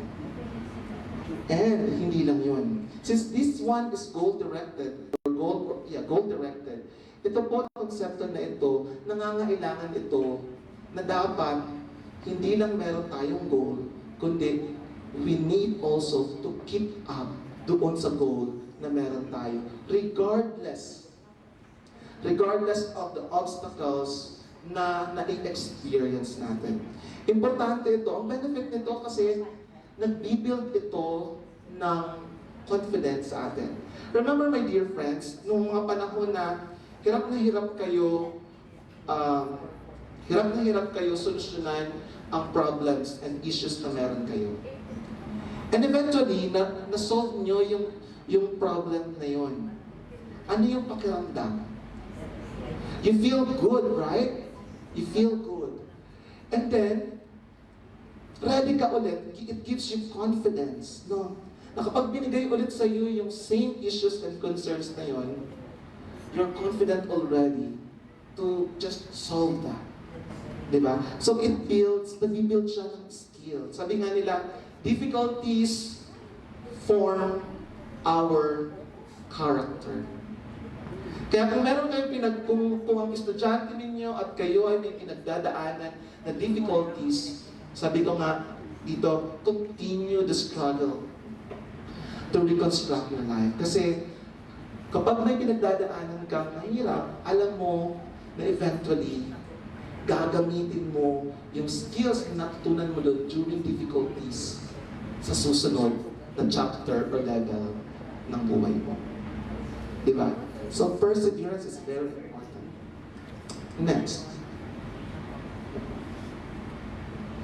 Self-reliance. Being able to rely on one's own strength and capabilities. Diba pag resilient tayo, kaya natin ang sarili natin. Diba? It is also a reliance on internal resources para magbigay sa atin, sa buhay natin ng meaning at ng sense of fulfillment.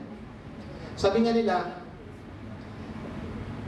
kung self-reliant ka, you can think independently, you can also embrace your individuality, and you can also strive towards your own goals bravely.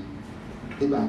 So hindi ito yung nagpapa-apekto ka sa sinasabi nila. Pag gawin mo ito, ganito, isipin mo.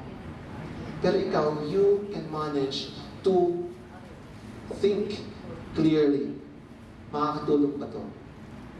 Still, you are still the one who will decide, no? And kumbaga tingnan kung ano yung sa tingin nyo magpapasaya sa inyo. Ito, I think, yung kailangan natin ituro din sa ating mga estudyante. Kasi minsan, ang karamihan dyan, pag nahirapan na, lalo sa Generation Z, no? The Zillennials, no? Yung known for like instant, no? Instant need, dapat may instant solution. No? Ito yung kailangan natin ipaintindi sa kanila. Na importante na i-build din nila yung kanilang sarili, no? I-embrace yung kanilang individuality. Kasi usually sa college, pag nakita nila na mabuti pa siya, okay yung kalagayan niya, ako hindi. Kinukumpara nila ang kanilang sarili. And at some point, hindi yun nakakatulong. But if they will embrace their individuality, di ba? Unti-unti makikita nila yung strengths nila, saan sila magaling, ano yung kailangan nilang i-improve. And eventually, they can decide also, no? Kung saan patungo ang kanilang buhay or ang kanilang pangarap. Di ba? They can set their own path, no? Their direction sa buhay nila. So that's resilience. That's one of the concepts in resilience. Next is meaningfulness. This is realization that life has purpose and recognition that there is something for which to live for. Tatanda natin mga kaibigan. At some point, ang iba pakiramdam natin parang wala na tayong purpose. Tama? Lalong-lalo na siguro kapag nandoon tayo sa difficult situation. Minsan siguro ang ano natin sa sarili natin, bakit pinagdadaanan ko to? Bakit ako lang? No? Bakit yung iba easy-easy lang, pero ang bilis lang sa kanila masolusyon ng problems. Bakit ako ginagawa ko lahat? Pero bakit, di ba, madaming bakit? No? And alam natin na whenever we are confronted of difficult situation, alam natin na lagi may direction yun, may purpose yun. No? At dun mo din ma-realize kung ano yung mas importante sa'yo. Diba? When everything is difficult for you, makikita mo kung ano yung pinakagusto mong mangyari sa sarili mo. Diba? Nandun yun. Meaningfulness. No? So, how do we teach our students na maging meaningful ang kanilang buhay? Sige nga. Yun. Una, syempre, turuan natin sila to look backward. Hirap naman ng sir. Bakit to look backward? Ang gagawin natin? Nahihirapan na nga sila because of those past. Yun nga ang nagpapaano sa kanila, nagpapalungkot and all, di ba? But when you teach them to look backward, doon mo rin maipapakita yung choices para proteksyonan yung special memories nila. Yung mahalaga sa kanila. Diba? And you teach them also to look forward. Bakit? Bakit kaya kailangan natin turuan sila na mag-look forward sila? Because, yes. Sige. Good afternoon po. So a while ago, you have told us to advise our students to look backward, parang to reflect, to reconstruct, and to look forward for the students to not dwell on the past. Rather, focus on development and character development, and para maging holistic yung learning nila. Not just looking backward, but forward din po. When we look forward, thank you so much. When we look forward to, ano yung nakikita natin doon? Hope. No? Yung estudyante, pag nandun sila sa difficult situation, kapag nakikita nila yung, ito yung gusto kong mangyari sa buhay ko, ano papansin niya? Nagiging motivated sila. No? Yung motivation, alive and kicking. So wala silang paraan kundi walang paraan para magmukmuk sila, kundi gumawa sila ng paraan para ma-achieve kung ano yung gusto nilang mangyari sa buhay nila. Diba? That's giving meaningfulness to students. And lastly, is to look outward. No? Sabi nila na when we have choices, no? When we have choices to enhance the well-being of other people around us, it gives more meaning to our lives. Sino sa inyo dito yung madalas tumutulong at kapag nakikita nila na yung tinutulungan nila ay nagiging okay, ang pakiramdam nila may sense of purpose sila? Taas ng kamay, huwag mahihiya. Ayun, nandun, madami, di ba? When we help other people, when we try to look outward of ourselves, mas nararamdaman natin na mas may meaning ang buhay natin. Right? Thank you. Next, existential aloneness. Wow, ito magandang konsepto ito. Realization that each person is unique and that while some experiences can be shared, others must be faced alone. Diba? Importante, alam ko, magkasidad naman lahat tayo dito at marami sa atin nakaka-experience ng ganito. Existential aloneness na akala natin yung mga kasama natin sa bahay, siguro yung mga asawa niyo, ma'am, sir, pakiramdam ninyo, sa tagal ng taon na pinagsamahan ninyo, ang tanong nyo, bakit hindi niya pa rin nararamdaman yung nararamdaman ko kapag may problema ako? Tama ba ako?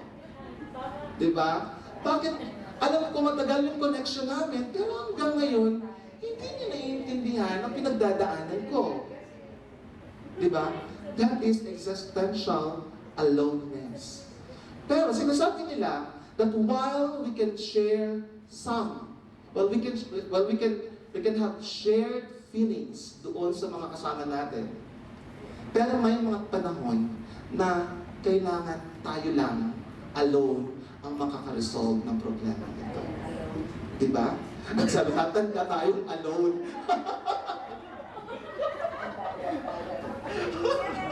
Yeah, at some point, yes. Because darating tayo sa panahon na yun. Diba? And sabi nila, nasa sa atin pa rin ang choice, no? As to whether piliin natin yung maging freeing yung experience or maging highly enslaving yung experience natin. May kakilala ako, siyempre hindi ko napapangalanan. May kakilala ako na yung tanong ko sa inyo kanina sa mag-asawa, sabi nila, tagal-tagal na namin mag-asawa, pero bakit hanggang ngayon, pakiramdam ko, hindi niya pa rin naiintindihan ang nararamdaman ko. Diba? So, pinili niya yung isang option, highly enslaving. Suddenly, ang thoughts niya, hindi ako mahal ng asawa ko, hindi ako naiintindihan, relate, no? Hindi ako naiintindihan, and at the same time, they have this expectation sa partner nila na dapat gawin para parehas ang pakiramdam nila. Pero, hindi nila alam, yung asawa niya, nag-space out ng konti para hindi maramdaman niya na sa kanya lang ang mundo umiikot. Diba? So, nag-space out siya para kung anong gusto mong gawin, you can be who you are. Kahit mag-asawa na tayo, may individuality pa rin. No? So, sabi niya, bebreakan niya na. Ang asawa niya, wow. Diba? Mga bata pa to ha. Mga nasa ano pa lang to, mga nasa 40s. Sabi niya, hiwalayan niya na. So, sabi ko naman, teka lang, mahal mo ka ba? Diba? relate siya. Sabi niya, yes, mahal niya pa, di ba? Pero do you think fair ba sa kanya na mag-demand ka ng lahat ng expectations mo at yung lahat na nararamdaman mo na hindi niya alam na ganun pala yung nangyayari sa'yo? Di ba? There's aloneness in that concept. No? And you have to give it to your partner na kahit sa tagal ng pinagsamahan niyo, meron pa ding pagkakataon na ikaw lang nakakaintindi sa nararamdaman mo. And you need to stop demanding something, same kind of feeling to your partner. Yan din ang ituturo natin sa ating mga estudyante sa Generation Z. Sabi ng Generation Z, si mama hindi ako binibigyan ng ganito. Nalulungkot ako kasi ganito. Yung kapatid ko, laging may ganito. Kino-compare ang sarili nila. There is this demand and expectation from their parents to do something for them.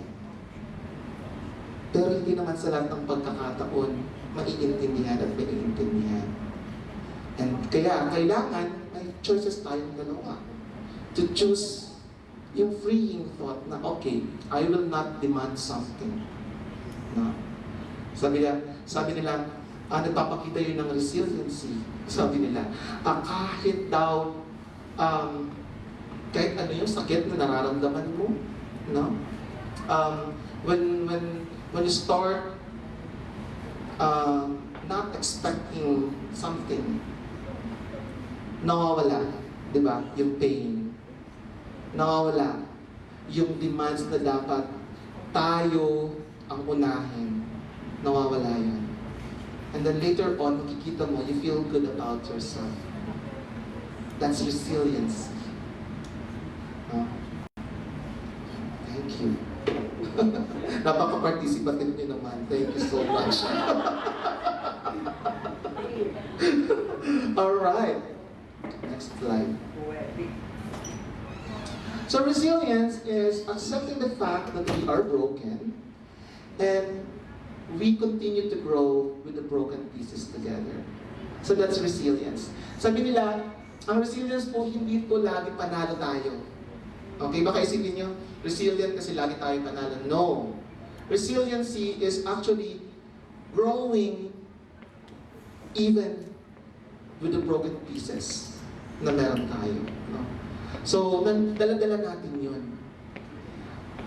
At ang resiliency, ang napakaganda dito kasi on how we are going to drive ourselves in the tumultuous times, despite of the brokenness inside, and despite of the, the pain na na-experience natin, and kahit walang support.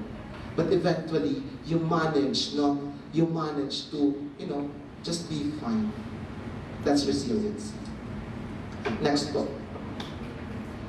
So, ito po, kung gusto natin ituro sa ating mga estudyante, the elements of resilience, may physical, may mental, may psychological, at may social. Nandiyan po nakapaloob kung ano po ang mga kailangan mga i-train natin na skills.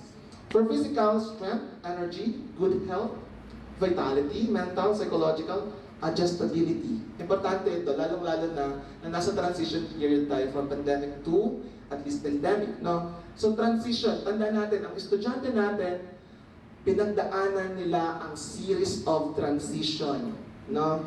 So karamihan sa kanila naka-adjust, ang iba naman sa kanila hindi. So kailangan turuan natin sila ng adjustability, no? Attention, focus, self-esteem, emotional awareness and regulation, self-expression, thinking, and reasoning abilities. Bakit importante yung reasoning abilities? Kasi it's where,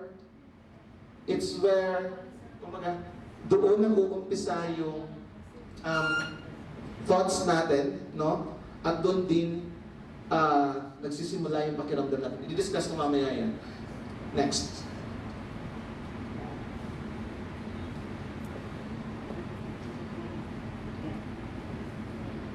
So, tanong, madami na akong suggest kanina ha, but how can we build resilience to our students? As designated guidance counselor, as faculty, paano natin ituturo ang resiliency sa mga kabataan? Una,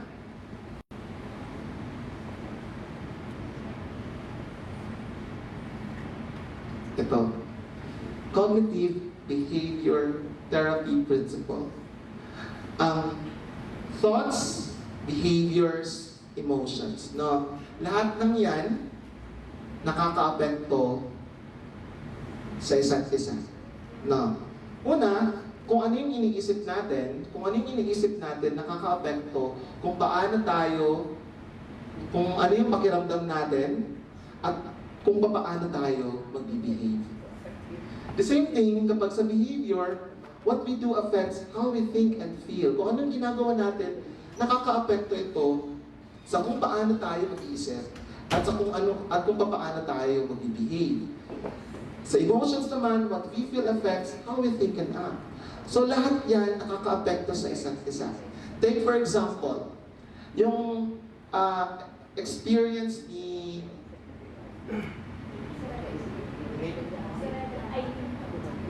Miss Eileen na yung estudyante natakot, right? Kasi in-person class na. Emotion. Ano ang inisip niya? Na mag-stop siya. No, kasi hindi kakayanin. Ano naging behavior niya? Mag-drop na siya. Nag-process na siya ng dropping form, right? See? How powerful ang emosyon natin, ang pag-isip natin ang ating behavior. Diba? So, anong ginawa mo? Hindi mo napansin, ginamit mo ang prinsipyong ito. Ano mo naman ginawa? Kinausap yung estudyante para magbago ng pag-isip? Thoughts? Ano ba? Since hindi siya mag-drop, is kinausap ko din yung parent niya para may support ako sa kanya, may tulong ako doon. To convince him na thoughts, pa din yun. Pinalakas mo itong part na ito. No? And eventually, Pumunta sa'yo, ano yung emotion niya? After that, after nung ginawa mo yun. Nagkaroon siya ng parang dalawang action. Pwede hindi na siya magdadrop or magdadrop. Ano yung naramdaman niya? Lumakas yung, since yung papa niya is na-encourage niya siya, parang lumakas yung loob niya na papasok na ulit siya. See? So, may emotion pa rin, tapos eventually, hindi na nag-drop. This is powerful principle, no, in building resiliency. So, sa mga designated guidance counselors po, pwede po ninyo itong gamitin. Okay? Next. Paano ba tayo mag-build? Siyempre, sa mga estudyante natin na nasa college, ang karamihan dyan alam na ang kanilang strengths. Ang iba naman, hindi pa. Nag-explore pa yan. So, kailangan ng mga nasa counseling office or guidance office na magkaroon ng programa tungkol dito. Self-awareness. Na, yung tuturo nyo yung abilidad para alamin kung ano yung feelings, ano yung mga conflicts, no? Internal conflicts, kasi gusto mo sa kanila meron yung mga issues. And then, ano yung perception nila sa mundo? Diba? Doon mo makikilala yung bata. Ano pa? Kapag alam kasi ng bata kung ano yung strengths niya, ano yung mundo na meron siya, at alam niya rin kung ano yung mga issues niya sa buhay, kapag pernasas niyo yun, mabibigyan yung bata ng overall understanding ng sitwasyon niya. Hindi lang perspective niya, kundi perspective rin ng ibang tao. Okay? And, kapag nakompleto yun, no, yung pag-process ninyo, the student will have courage to look for answers on their own. Na-empower niyo sila. Diba? At sa counseling naman, sa guidance naman, hindi natin gusto na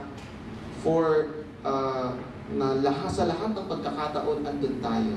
No? Sa counseling, importante na at some point in time, bibitawan mo ang client. No? Bakit? Para tingnan kung kaya niya na.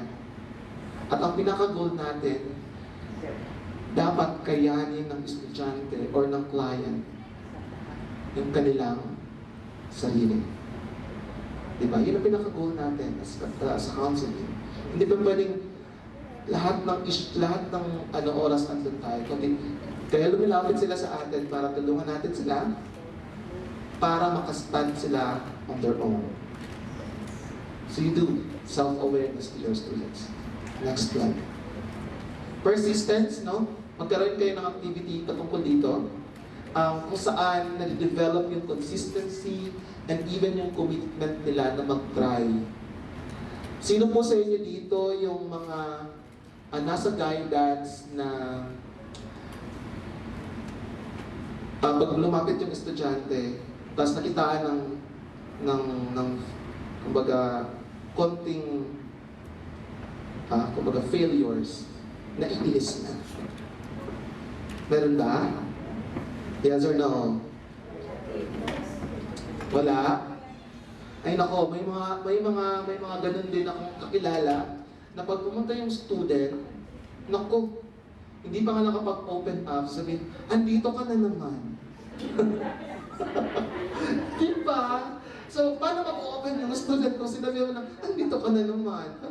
Parang, di ba, unfair sa estudyante at nai-invalidate mo yung pakiramdam ng estudyante. No? So, kapag halimbawa lumapit sa inyo yung estudyante, make sure kung ano yung issues niya, pakinggan niyo ng mabuti, tapos at some point, ang bata na yan, di ba kasi sa counseling, meron tayong tinatawag na counseling goals.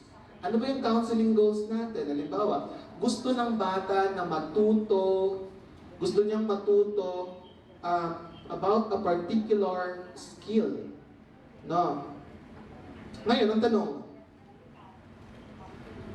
pag tinuruan mo ba yung bata ng isang skill sa counseling session, agad-agad niya ba makukuha yun? No.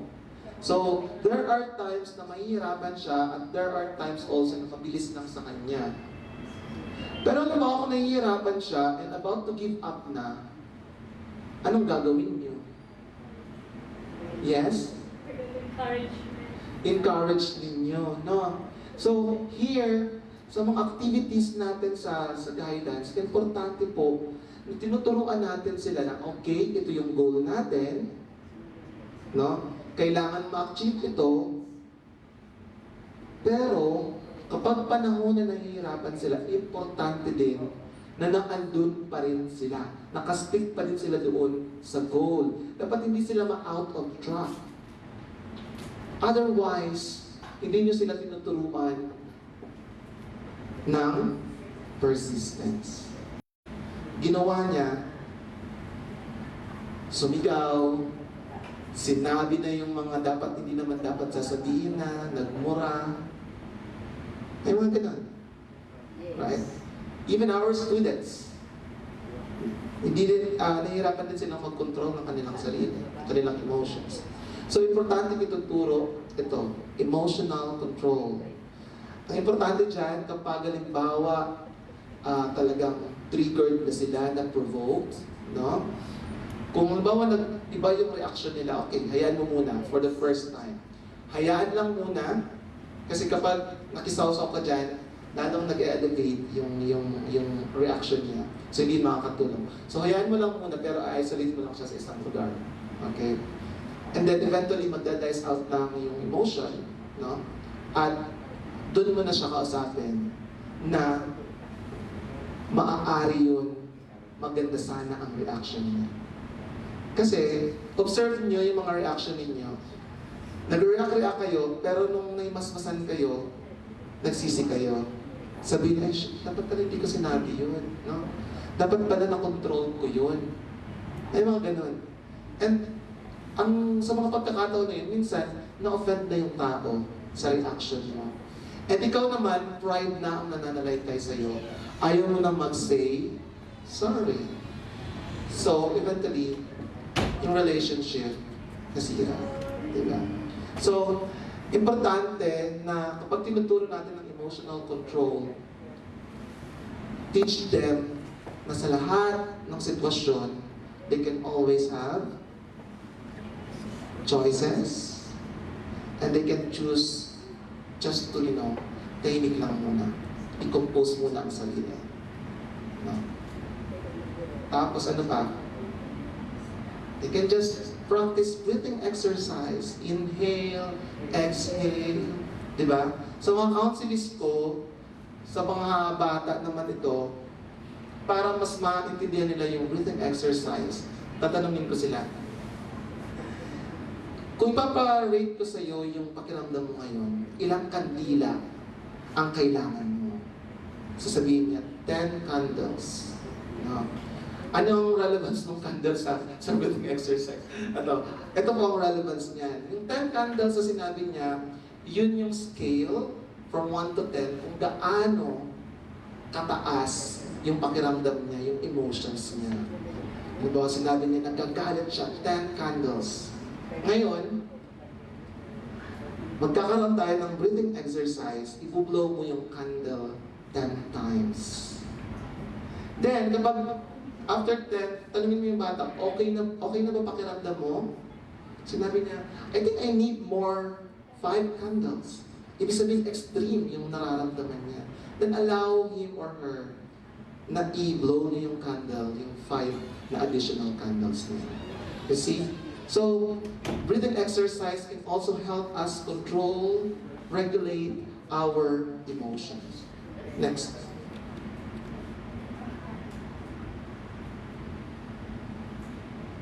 Yan. Flexible thinking. Power social skills that incorporate optimism, adjustability, and rationality. Here, sa flexible thinking, karamihan sa atin dito, kung may naisip na tayo, yun ang ipupush natin, right? Tama ba ako? Lalo na when we occupy higher posts. tingin natin ito, dapat ito na. No? Kailangan natin dito na mag-meet halfway. No? Ano yung nangyayari? Saan tayo pwedeng magpasensya at saan tayo pwedeng ito pa rin yung mangyayari. No? So, dapat marunong ka mag-adjust. Marunong ka makipag-usap. No? Mag-level off sa mga gusto mong mangyari doon sa mga gagawin ninyo, di ba? So, communication, tapos rational dapat yung thinking natin. Pag sinabi ng ng kabilang side na, ay, hindi to maganda kasi ganito. Don't take it personally. No? Pakinggan mo yung kanilang sinasabi at tingnan mo kung saan ka pwedeng pumasok doon sa idea nila. Malay mo, ang magiging resulta nila ay mas maganda pala. So, kailangan ng flexible thinking in building resilience. Malapit na tayo. Okay. Value strong interpersonal relationships. It widens our vision, changes the way we see ourselves in the world. Remember that. Kapag meron tayong strong connections, strong support system, nakakatulong ito na mas maging resilient tayo kasi meron tayong tao na pwedeng mapuntahan, makapitan, no? And tapos ipapakita sa atin yung ibang perspektibo ng sitwasyon, no? Hindi lang yung nakikita natin, kundi i-open up nila yung ibang situation, yung perspective nila. And nagkakaroon tayo ng, kumbaga, opportunity para mas maintindihan natin yung perspective na hindi natin nakikita. At nandun pala, kumbaga, doon mo makikita yung pwede mong solusyon na pwede mong i-apply sa situation. No? So, it also improves our existing interpersonal relationships and be open to building new ones. Usually, kapag binavalue natin ang interpersonal relationships natin, nagbibigay ito sa atin ng one, happiness, skills para i-maintain yung ating relationship. Diba? Yan. So, sige, next talk. Yan.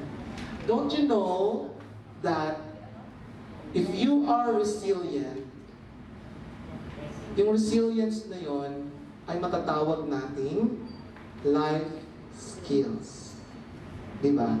Life skills kasi nababalansin nito yung personal skills natin, yung social skills natin, at yung cognitive skills natin. Lahat yun, pagbalansyado yun, life skills yun, di ba? Yung street smart, bakit mabilis lang sa kanila gawin yun? Kasi balansyado yung personal, yung social, and yung cognitive skills nila. Balansyado yun. Kaya kahit hindi na pinag-iisipan, nagagawa nila. Right? So, yeah. Power to peaceful resolve conflict, ability to manage stress and cope with it efficiently, and the power to develop work-life balance. Diba? Lahat naman tayo dito gusto natin, ito yung trabaho, balansyado sa buhay na meron tayo. Diba? So, my dear friend, sabi ni Bonanno, Westphal, and Mancini, emotional resilience is a trajectory of healthy functioning after encountering a highly adverse incident. Kung sa tingin ninyo, pakiramdam ninyo, matatag na kayo, ibig sabihin, andun kayo sa path na, well, healthy functioning kayo. Or healthy functioning yung pakiramdam ninyo. Diba? So with all that, thank you so much.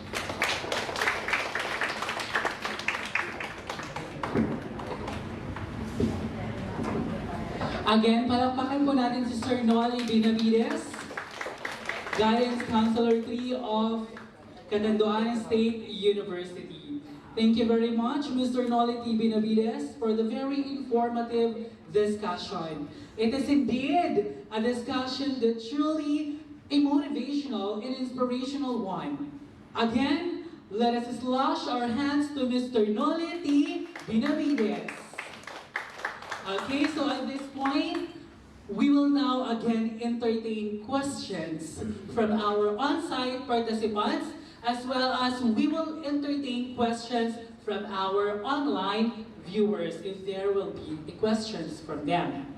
So while waiting for the questions for our online viewers, I would like first to ask if you have questions from our on-site participants. Yes, ma'am.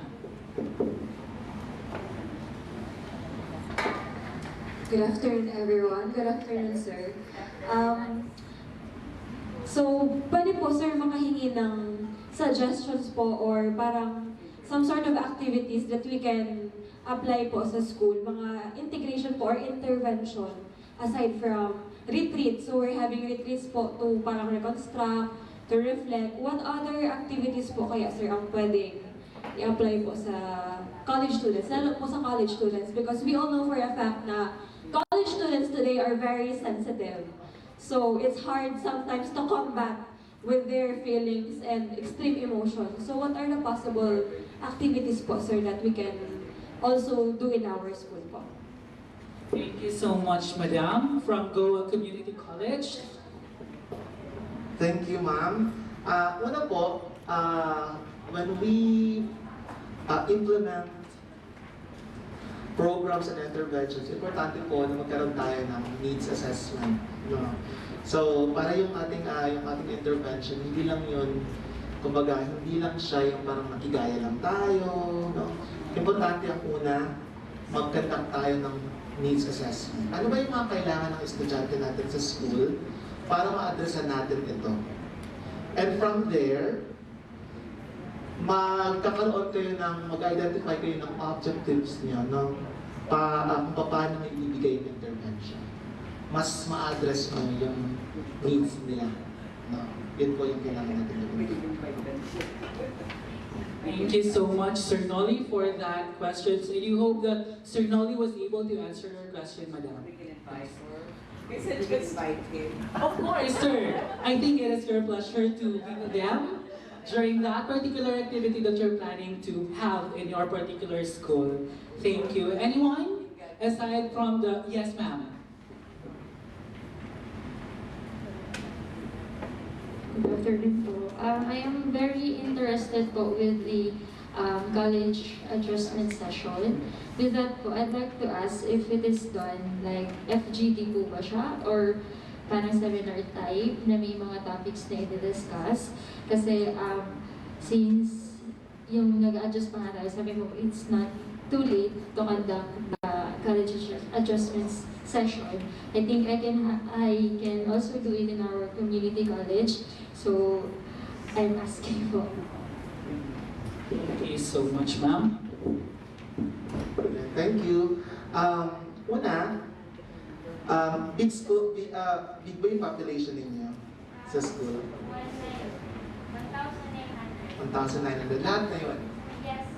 Okay. So, pwede gawin mo ito by year level kasi iba-iba din yung needs niyo per year level. So, may need ng first year doon sa mga third year nakakabalik lang din sa in-person classes. So, kung madami kayo, mas maganda FGD. Talagang doon mapoproseso ninyo. Pero kung ikaw lang ba mag-isa doon as designated counselor? Yeah, so use yun sa iyo kung gagawin mo lahat kung mag-FGD ka. So, gawin mo per year level, mas better yun. Seminar type mo.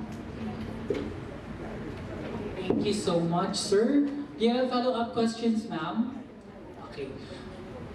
Anyone from the participants? Do you still have questions? Especially those at the back. Then how about the Master of Arts in Guidance Counseling students? Do you have questions? Or takeaway learning from the very comprehensive discussion of Mr. Nolly Benavides? How about our online viewers? Okay, so at this point, at this juncture, we will proceed. We will now award the certificate of commendation, and to assist us to award the certificate of commendation to Mr. Noli T. Benavides. May I call in the presence of the following person, the Bicol University Dean of Admission, our course professor, and the team component leader of Project Ripples, Dr. Henny P. Lumibao, together with Dr. Narilyn D. Chavez. The citation reads, Republic of the Philippines, Bicol University, Maine, Bicol University Graduate School, Rizal Street, Legazpi City, Albay. Certificate of commendation is awarded to Mr. Noli T. Benavides, RPM, RGC, for sharing his valuable knowledge as resource speaker during the summer workshop titled Nagmamalasakit as Psychosocial Support for Guidance Counselors and Teachers in the local universities and colleges in the Bicol region, organized by the BU Graduate School Master of Arts in Guidance and Counseling in cooperation with the Project Ripples, held on December 9, 2022 at BUCE Training Hall. Given this 9th day of December 2022, signed by Dr. Henny P. Lumibao, MAGC Course Professor, Dr. Marcia Corazon P. Rico, Professor 6th Leader, Project Ripples, Dr. Lorna Emilia, Dean of BUCE, Dean of the Bicol University Graduate School, Dr. Herbert P. Rosana, and of course, Professor Rowena Sulio, Director of BUEMV.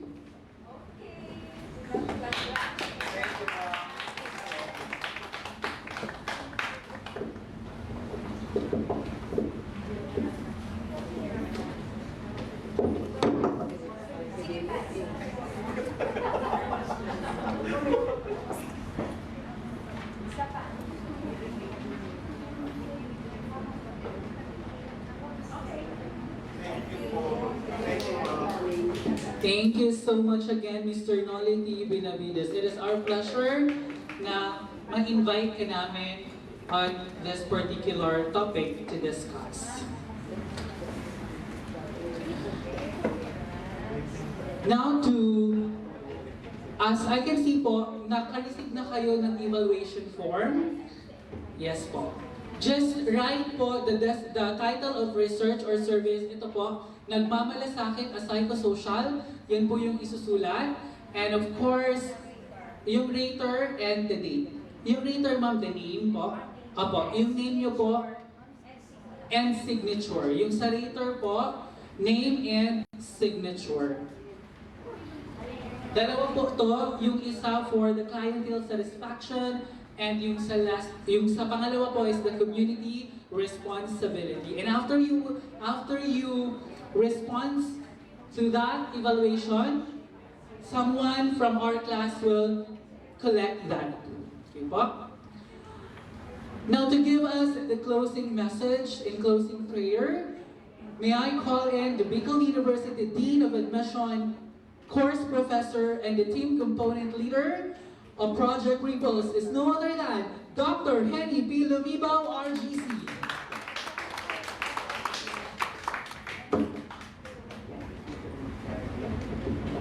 Good afternoon.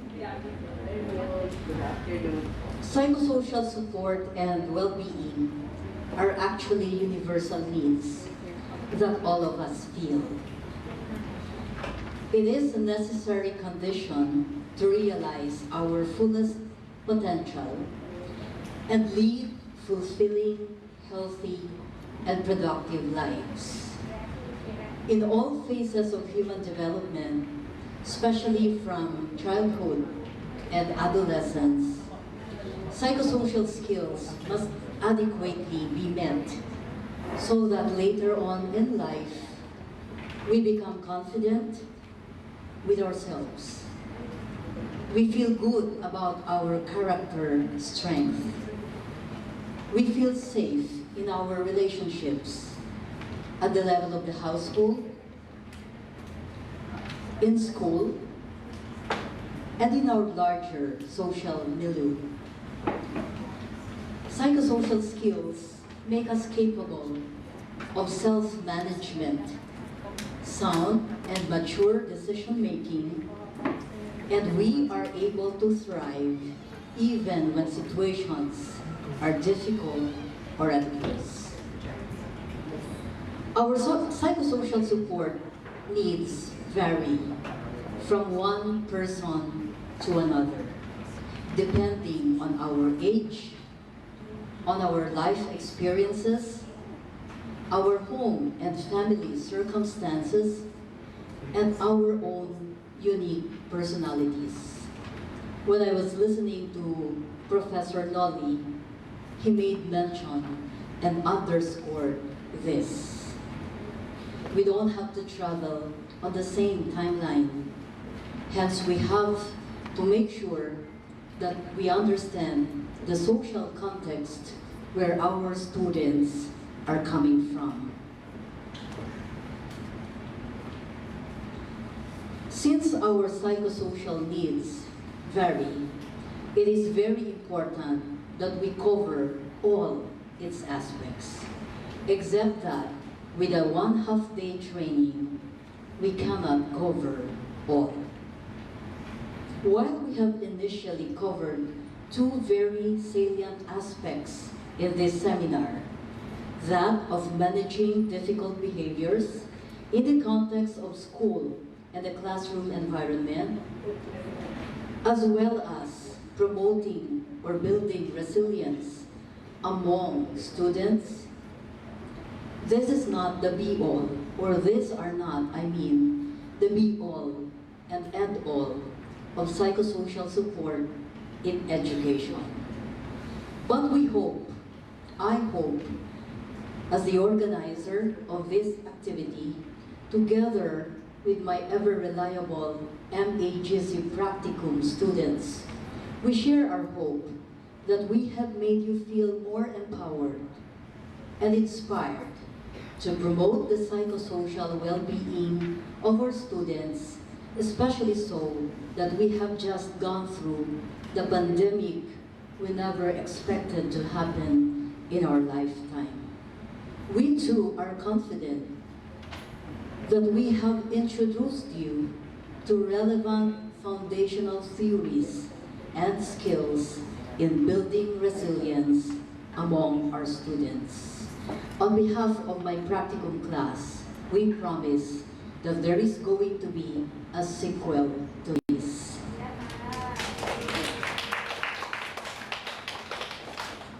My dear teachers and fellow helping professionals from the local universities and colleges, before I bid you goodbye, let me tell you that gratitude is the language of my heart. I would not be able to organize this for all of you for free if not for the men and women who made this activity possible. Let me first thank Dr. Jovert Ofracio, the president of ALCO 5, for bringing you all here in this conference. I'd like to thank you, the faculty participants, guidance designees, and coordinators, advisors of student organizations from the same ALCO 5. Your presence means a whole lot for us.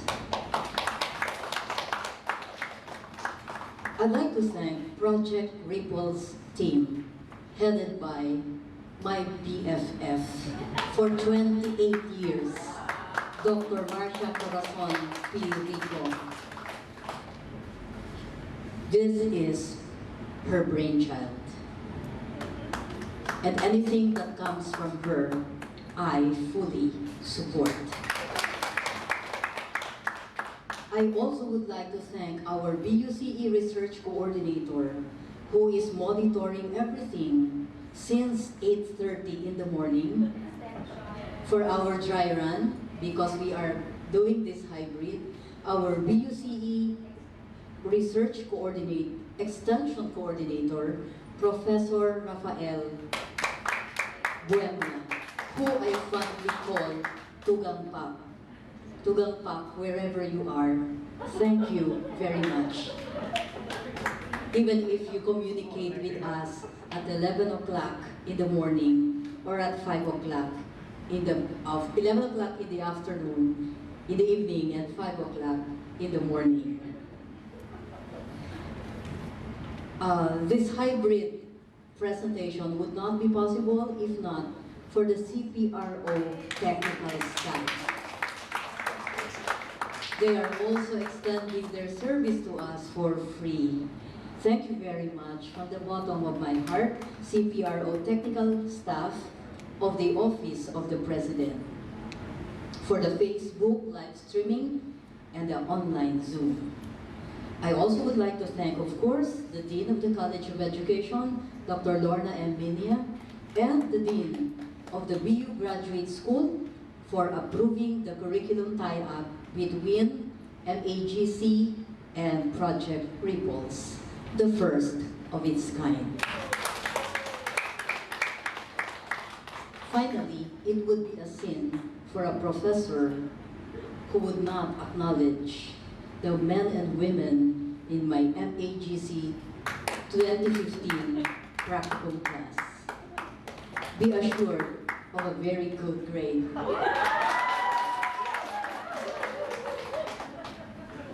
And be assured that perhaps one of you will replace me when I retire. Mauna muna sa inyo si Sir Nolly. Finally, may I please ask you to stand? We started with a prayer and we close with a prayer. Almighty God, we started this meeting with you, and we would like to end this meeting with you. As we come to its end, we thank you for the success we have achieved, for the relationships we have established. We would not have done it alone or on our own without you. We may have planned well, but you helped us with its execution.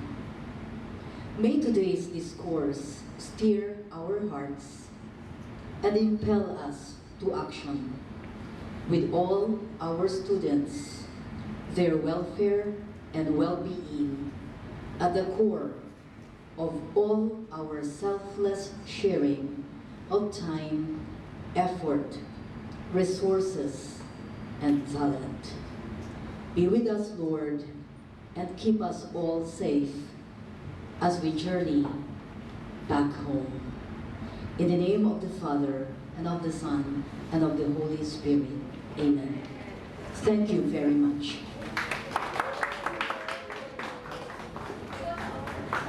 Thank you so much, Dr. Henry P. Lumibao, for your closing remarks. Okay, to our on-site participants, and online viewers, you may not check your email. Yes, you can now check your email po, and kindly accomplish the evaluation form by giving your responses. And you will be given 24 hours to access the evaluation form. So, yung mga nandito po, on-site participants, and also to our online viewers, you can now access the evaluation form through your email. Okay? And we will now start to distribute the certificate of participation. And appearance. Apo. We will just be distributing the certificate of participation and the certificate of appearance. And we are requesting everyone for our photo op.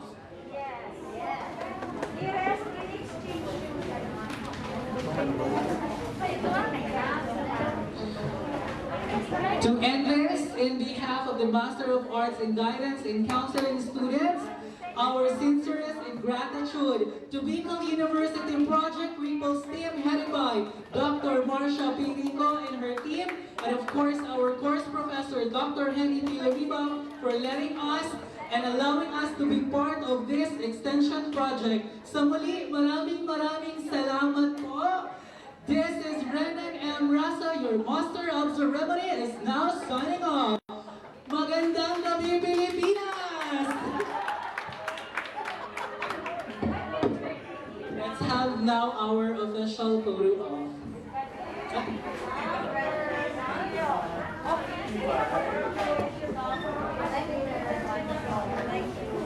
Thank you po.